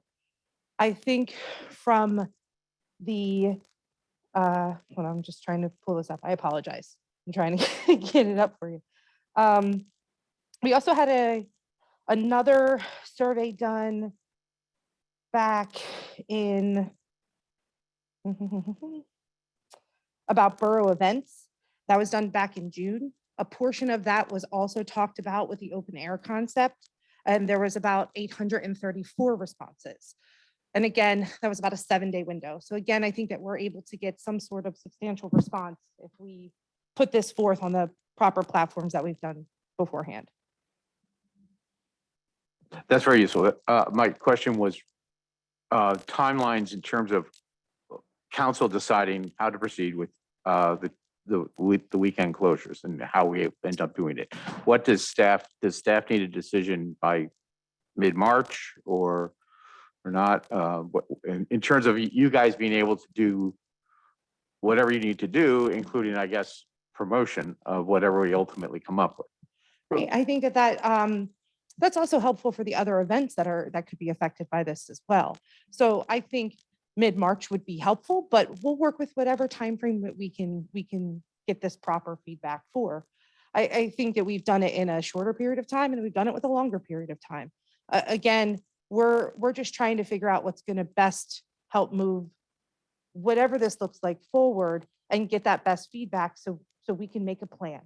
Again, I think those other events that could be, we have some in June, in May. It would be, it's not come up to council yet, but we've received in Dogwood application. So that will be going through Parks and Rec next week. And that could, ultimately affect that timeline. So I would say mid-March would be an appropriate timeframe to bring this back and get the best possible answer. And again, we haven't promoted this the way that we would promote it as an event because we were still in the middle of a pandemic. That's just what we, as staff has looked at, is we didn't know what else to do. It was more of a reactionary piece. And now we're kind of looking at it as what is the next goal of this and how do we get there? And I think, I would concur that it's mostly an issue of keeping all the vendors and all the actual applicants. Staff is able to quickly handle this. They would have been prepared to execute it tonight, but letting all the actual applicants and tonight we have 17 TCEs, 14 TCEs. Next month, you're going to have equal number. We'll have another 20, 30 of these come through as we, even though we are still in a pandemic, there are certain events that are certainly able to safely exist in these conditions. We didn't have that number last year. Right. Microphone. How many of these community events are contingent on the street closures? At least 4. 6 of them. There are 6. But keep in mind, Plus the first Fridays that have been applied for the, Yeah, I counted those. so keep in mind, look at it. As you're looking at the temporary community events, the way we've structured these, and unless Kelly tells me differently, we, in the last 14 years, they would come in with an event and the street closure would be a part of that event. By coincidence, if you had the open air, the street's already closed anyway.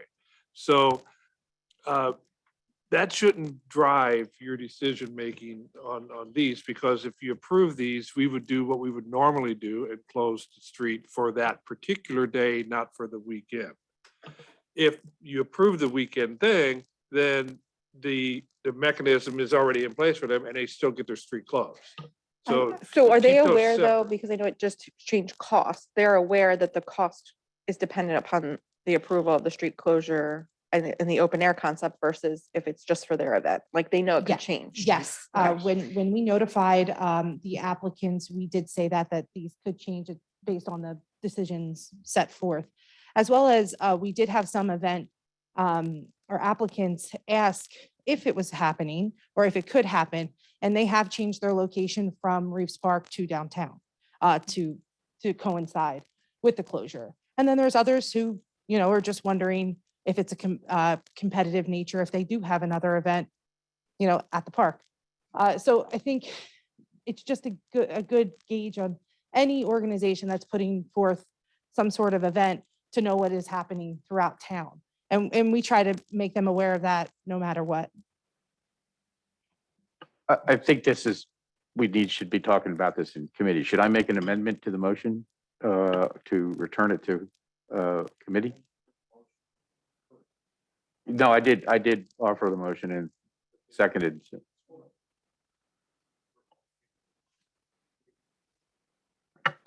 We can table it. There certainly could be an amendment to it. How do we get it back To be committee? honest, you got me a little bit on the withdrawing. Well, It's if I might be able to help you out here. sure. Okay. But I would like to pick up on a point Mr. Weiss made about, what this could be. I think that's a good discussion point that going forward, what this could be, and also what the promotion and marketing of it would involve as well. I think there are also good discussion points going forward. And with that said, I would make a motion to table this and send it back to the Parks and Recreation Committee for discussion next Tuesday. Can I second that? Is that an appropriate? There can certainly be an alternative motion. Okay. And action will still have to be taken on the initial Initial. motion. And you did get me a little bit with withdrawing a motion. I think it would be similar to amending the motion, which would be permitted. Well, there's a motion on the floor to table right now. Correct, Send but it back. to, I think I started the conversation with a motion to approve. So I think I would need to take that motion back. Is that- Without motion's made. without a second, the tabling would fail. There's no So then I discussion. second There is no discussion on second or on tabling, so it would, the motion would be tabled. we have two alternative motions currently, however. So the initial motion would need to be amended. I know it seems a little bit procedurally clunky. Yeah. But and- we would need a motion to amend the motion to approve the 2022 open air setup to withdraw said motion. Yep, and I would like to withdraw said motion to allow for table. And I think I have to do that because I made the motion. I mean, I think, right? Didn't I? Oh, okay. So I will make the motion to withdraw the approval of the 2022 open air plan as approved originally in the in the January Parks and Rec Committee and return it to Parks and Rec. Nope, Just the one motion at the just the one. We have a motion to withdraw Second, yeah, as seconded. and now a motion. right? if we would like discussion on it, we can certainly have discussion on it, but then we would need a vote on the motion to withdraw the earlier motion. So we can vote to withdraw the earlier motion and have a new motion that would send it to Parks and Rec. Correct. Okay, all those in favor? Aye. Opposed? Okay, Mr. Weiss, or Mr. Moore, would you like to make a new motion? Yes, Mr. President, I'd like to make a motion to return the question of the open air plan for 2020 to Parks and Recreation Committee with the addition of requesting staff to conduct the survey as outlined by the Borough Manager so that we would have data for discussion on the next Park and Recreation Committee meeting. We have a motion by Mr. Moore, second by Ms. Berkeley. I know this is a slightly clunky way, but with tabling it, it would kill all discussion and that'd be it. So doing it this way at least brings it back as a process. Fresh item. We got there. That's effectively what's happening, I think, right? Questions on the motion? So with that, we will be sending this to Parks and Rec for discussion at what, 7 o'clock?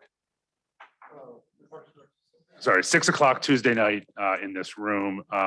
Questions on the motion? I do have one question, Jean, and I know you guys are working really hard on this, to get the survey out, but you were also working on kind of like that visual or the outline of the events that took place. You already have that to kind of give us, because I think looking at events and looking at when the closure would take place versus other closures.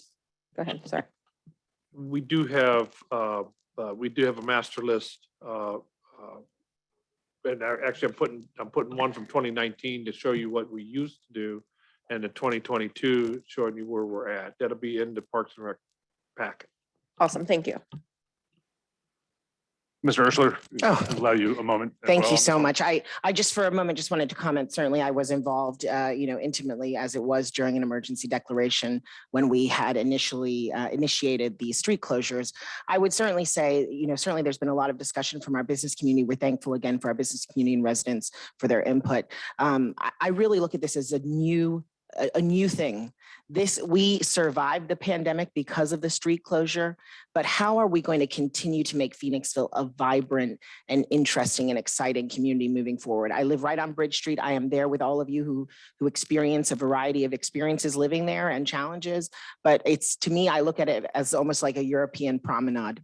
I would say no matter which way the council decides to go on this, certainly next month, that the one thing that we should take away from 2020 is that high level of collaboration we had between all of our businesses, the borough and our residents. And I hope that we'll be able to continue to do that, get creative about how we can promote our businesses, all businesses, restaurants, retail, services, et cetera. How can we promote jointly and together? And then also, what are practices that we can do within our own businesses? This is a challenge to each business owner. What can we do within each of our own businesses that we can improve it a little bit? I know that some businesses have suffered more because of COVID, and I would hope that we can separate the suffering from COVID versus the ability for us to try this as a new initiative and move forward and bring new life and renewed life into our downtown business district. So that's the only comment that I have. Thank you. Any other questions on the motion? Seeing none, all those in favor? Opposed? Motion carries 7-0. So this item will be on Tuesday night's Parks and Rec committee meeting, 6 p.m. in this room. Also available via Zoom. We encourage folks to attend, and we will be sending out a survey in the next day or so. With that, back to you, Mr. Moore. I will make a motion to approve I make a motion to adopt a resolution temporarily permitting outdoor sales of food and merchandise of existing businesses on the 100 and 200 block of Bridge Street during the COVID-19 pandemic. Second. Questions on this motion? I do. Sure. Is this similar to the outdoor cafe that we used to do? And why only the 100 and 200 blocks? And are they dumb questions? Sorry. So this is not the cafe permit. This is actually the open container, temporarily lifting of the open container ordinance for the downtown, which we've had multiple conversations with our police department and have seen no negative issues with. So regardless of the open air, this is still something that answers my second question as to the. Okay. Questions on this motion? Seeing none, all those in favor? Aye. Opposed? Motion carries 7-0. Mr. Moore. We'll make a motion to approve the temporary community event application for the annual fireworks celebration at Pat Nattle Field on Saturday, July 2nd, 2022, from 6 p.m. to 10:30 p.m. with a rain date Saturday, July 9th, 2022, Moore Street to be closed between Franklin Avenue and South Street from 6 p.m. to 10 p.m. Recommended committee 4-0. Second. Motion by Mr. Moore, second by Ms. Berkeley for our annual fireworks display, which we put a deposit on almost 3 years ago now. Any questions on the motion? Seeing none, all those in favor?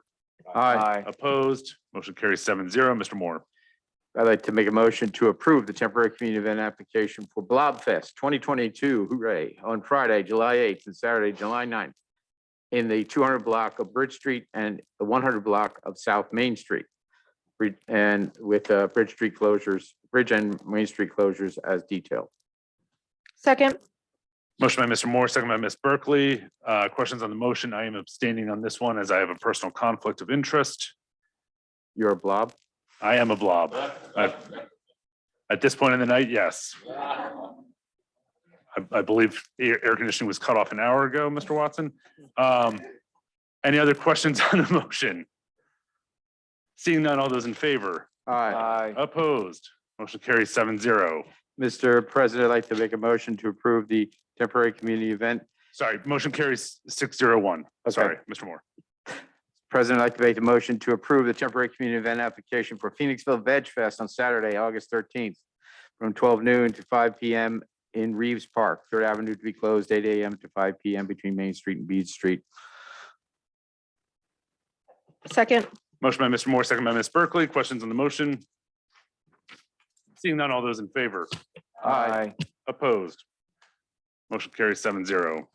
Mr. President, I'd like to make a motion to approve the temporary community event application for the Phoenixville Police Department National Night Out on Tuesday, August 2nd, 2022, from 6 to 8:30 p.m. at the Rec Center at 501 Franklin Avenue. Recommended committee 4-0. Second. Motion by Mr. Moore, second by Ms. Berkeley. Questions on this application for National Night Out at the brand new rec center? Seeing none, all those in favor? Opposed? Motion carries 7-0. Mr. President, I'd like to make a motion to approve the temporary community event application for Wolf Jam 2022 on Saturday, September 7th, 2002, from 11 a.m. to 5 p.m. in Reeves Park. Bring man's best friend, conditioned upon receipt of additional certificate of insurance. Recommended in committee 4-0. Second.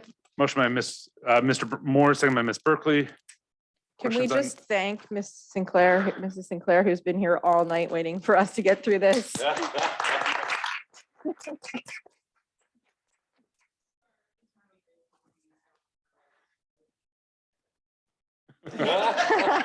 Questions on the motion?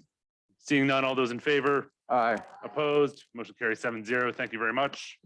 I'd like to thank you, Mr. President. I'd like to make a motion to approve the temporary community event application for A Whole Lot of Lulu on Saturday, April 30th, 2022, and Saturday, October 8th, 2022, from 10 a.m. to 4 p.m. on Main Street and the Bridge and Main Street parking lot. Main Street to be closed between Bridge and Church, and the parking lot to be closed from 7 a.m. to 7 p.m. Recommended in committee 4-0. Second. We have a motion by Mr. Moore, second by Ms. Berkeley. Questions on this application, which is going to be closing the streets that we're talking about here. So any questions on this motion? Okay, seeing none, all those in favor? Aye. Opposed? Motion carries 7-0. Mr. President, I'd like to make a motion to approve the temporary community event application for First Friday and holiday tree lighting on Friday, December 2nd, 2022, from 5:30 p.m. to 8:30 p.m. on Bridge Street and the Bridge and Main Street parking lot. Bridge Street to be closed between Gay Street and Star Street, and the parking lot to be closed from 2 p.m. on Friday, December 2nd, to 7 a.m. on Saturday, December 3rd. Recommended in committee 4-0. Second. Motion by Mr. Moore, second by Ms. Berkeley for First Friday TCEs. Question on the motion? No, this is number 10. This is the Sorry, Christmas tree lighting. tree lighting, yes. Questions on the motion? Seeing none, all those in favor? Aye. Opposed? Motion carries 7-0. Mr. President, I'd like to make a motion to approve the temporary community event applications for First Friday on Friday, May 6th, June 3rd, July 1st, August 5th, September 2nd, October 7th, and November 4th, 2022, 5:30 p.m. to 8:30 p.m. on Bridge Street and the Bridge and Main Street parking lot. Bridge Street to be closed between Gay Street and Star Street for open air closure. The parking lot to be closed from 2 p.m. to 10 p.m. on each Friday. Recommended in committee 4-0. Second. Motion by Mr. Moore, second by Ms. Berkeley. Questions on this application or motion?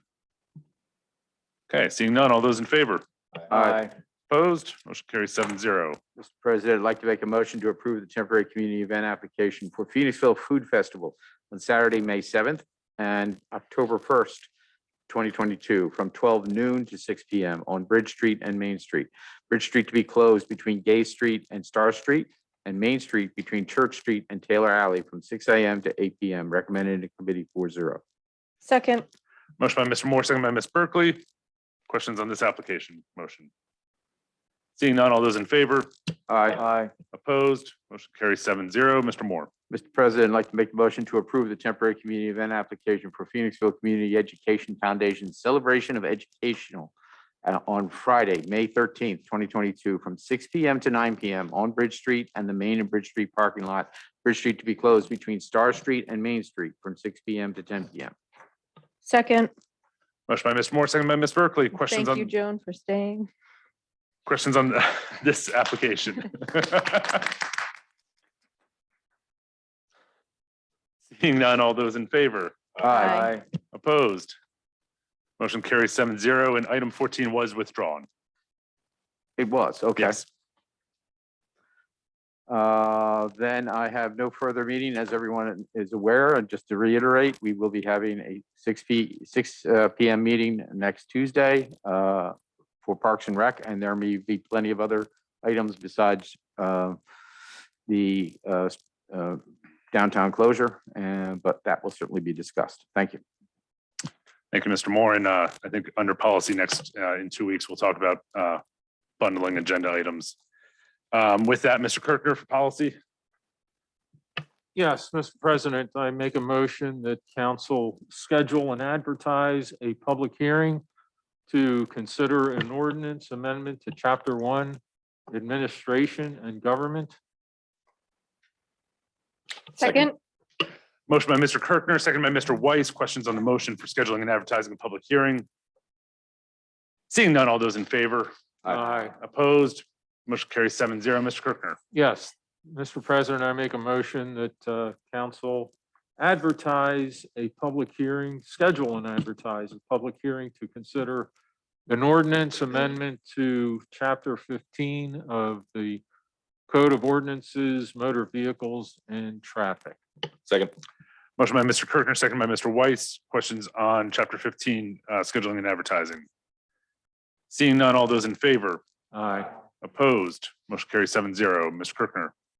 No further business from Policy Committee, Mr. President. Thank you, sir. With that, Mr. Weiss for ITT. Yes, no action to report at this time. Our next meeting is next week, scheduled to start Tuesday, the 15th at 7 p.m. However, it is after the Parks and Rec meeting where we will be discussing contentious issues, so it may start a little late. Thank you. With that, we will go to Ms. Dugan for finance. Okay, I'm gonna bundle 1 through 6. I'll make a motion to approve the 2021 prepaids dated 11/1/2021 to 11/30/2021 in the amount of $2,534,610.26. To approve the 2021 prepaids dated 12/1/2021 to 12/31/2021 in the amount of $2,783,626.20. Motion to approve the 2021 prepaid credit card statement dated 11/1/2021 to 11/30/2021 in the amount of $116,012.58. A motion to approve the 2021 prepaid credit card statement dated 12/1/2021 to 12/31/2021 in the amount of $89,661.53. A motion to approve the 2021 prepaids ACH dated 11/30/2021 in the amount of $1,691,492.44. And finally, to approve the 2021 prepaid ACH dated 12/31/2021 in the amount of $35,232.85. Second. Motion by Ms. Dugan to bundle 1 through 6, second by Mr. Kirkner. Questions on the bundled motion? Seeing none, all those in favor? Aye. Opposed? Motion carries 7-0. I would like to make a motion to adopt a resolution approving the marketing proposal from Virtual Farms Creative for both the PXV Neo project as well as the downtown kiosk development and updates.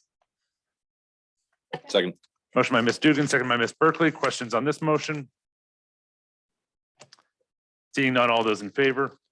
Aye. Opposed? Motion carries 7-0. Ms. Dugan. I haven't flipped the page yet. Give me a minute. And finally, I'll make a motion to authorize borough staff and solicitor to explore auction services of their terms of engagement for use in the potential sale of borough property located at 121 to 123 Main Street, the Civic Center properties recommended to council, and 2, to take the necessary action to affect the consolidation of the underlying parcels. Second. Motion by Ms. Dugan, second by Mr. Kirkner. Questions on this motion? So is this getting the process started? And does it put any parameters on use after sale, like anything like that? It does not. So the second part of this is simply, there are actually 3 tax parcels. So it will be reverse subdivision to consolidate those 3 tax parcels. And then the first section of this is to simply find out agents that would be able to put this up for auction. So Is it authorizing the sale at this point or just getting? Not yet. You will have to have a resolution to authorize the sale of the property. this is the homework and getting the tax parcels combined so that it's ready for its future. Any other questions on this motion? Seeing none, all those in favor? Aye. Opposed? Motion carries 7-0. Ms. Dugan. I think that was it. That's it. With that, we'll open up our second and final round of public participation. Community members joining us via Zoom, please raise your hand digitally and our staff will unmute your microphone and announce your name. And we'll then be able to provide your comments. We will start with members of the public who are here in the council chambers and then proceed to those joining us remotely. As a reminder, please provide your name and address, and please keep comments to less than 3 minutes. Mr. Duffy, I've turned on your microphone. Oh, I'm sorry. Is this about the road closures? I'm on orders with the National Guard right now and showed up late. Sorry, this is just public comment for anything. Anything referred to during this meeting? Correct. Yes. Okay. I'm sorry. My name is Thomas Duffy. I'm the son of a gentleman who spoke earlier today regarding our business at 10 South Main. I just wanted to give my input that I am opposed to the street closures in town. I'll keep it quick, but nonetheless, the Bridge Street closures, I've seen fights, I've seen individuals coming in through town, more or less on bikes and skateboards, coming close to the outdoor dining section, and it's just become a nuisance to me as well. While working in our small business there, I've noticed a decline in foot traffic and business that would have experienced on First Fridays. With that, though, that will conclude my statements for my opposition on the Bridge Street closures.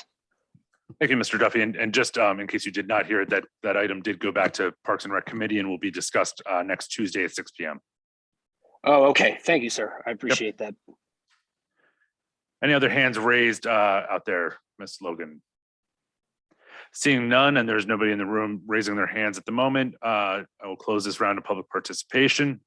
With that, staff reports are contained in our council packets. Are there any questions, comments on any staff reports? We have no old business for executive session. We do have the need to meet. So I will need a motion to adjourn the public meeting into executive session. I'll make a motion to adjourn our public meeting into executive session. I'll second that. Motion by Ms. Berkeley, second by Mr. Kirkner. This is to discuss matters relating to real estate, personnel, and litigation. We will not have any items being voted on, so this will not be coming back to the floor to vote. So this will conclude our public portion of the meeting. With that, all those in favor? Opposed? Motion carries 7-0. We are now adjourning into executive session.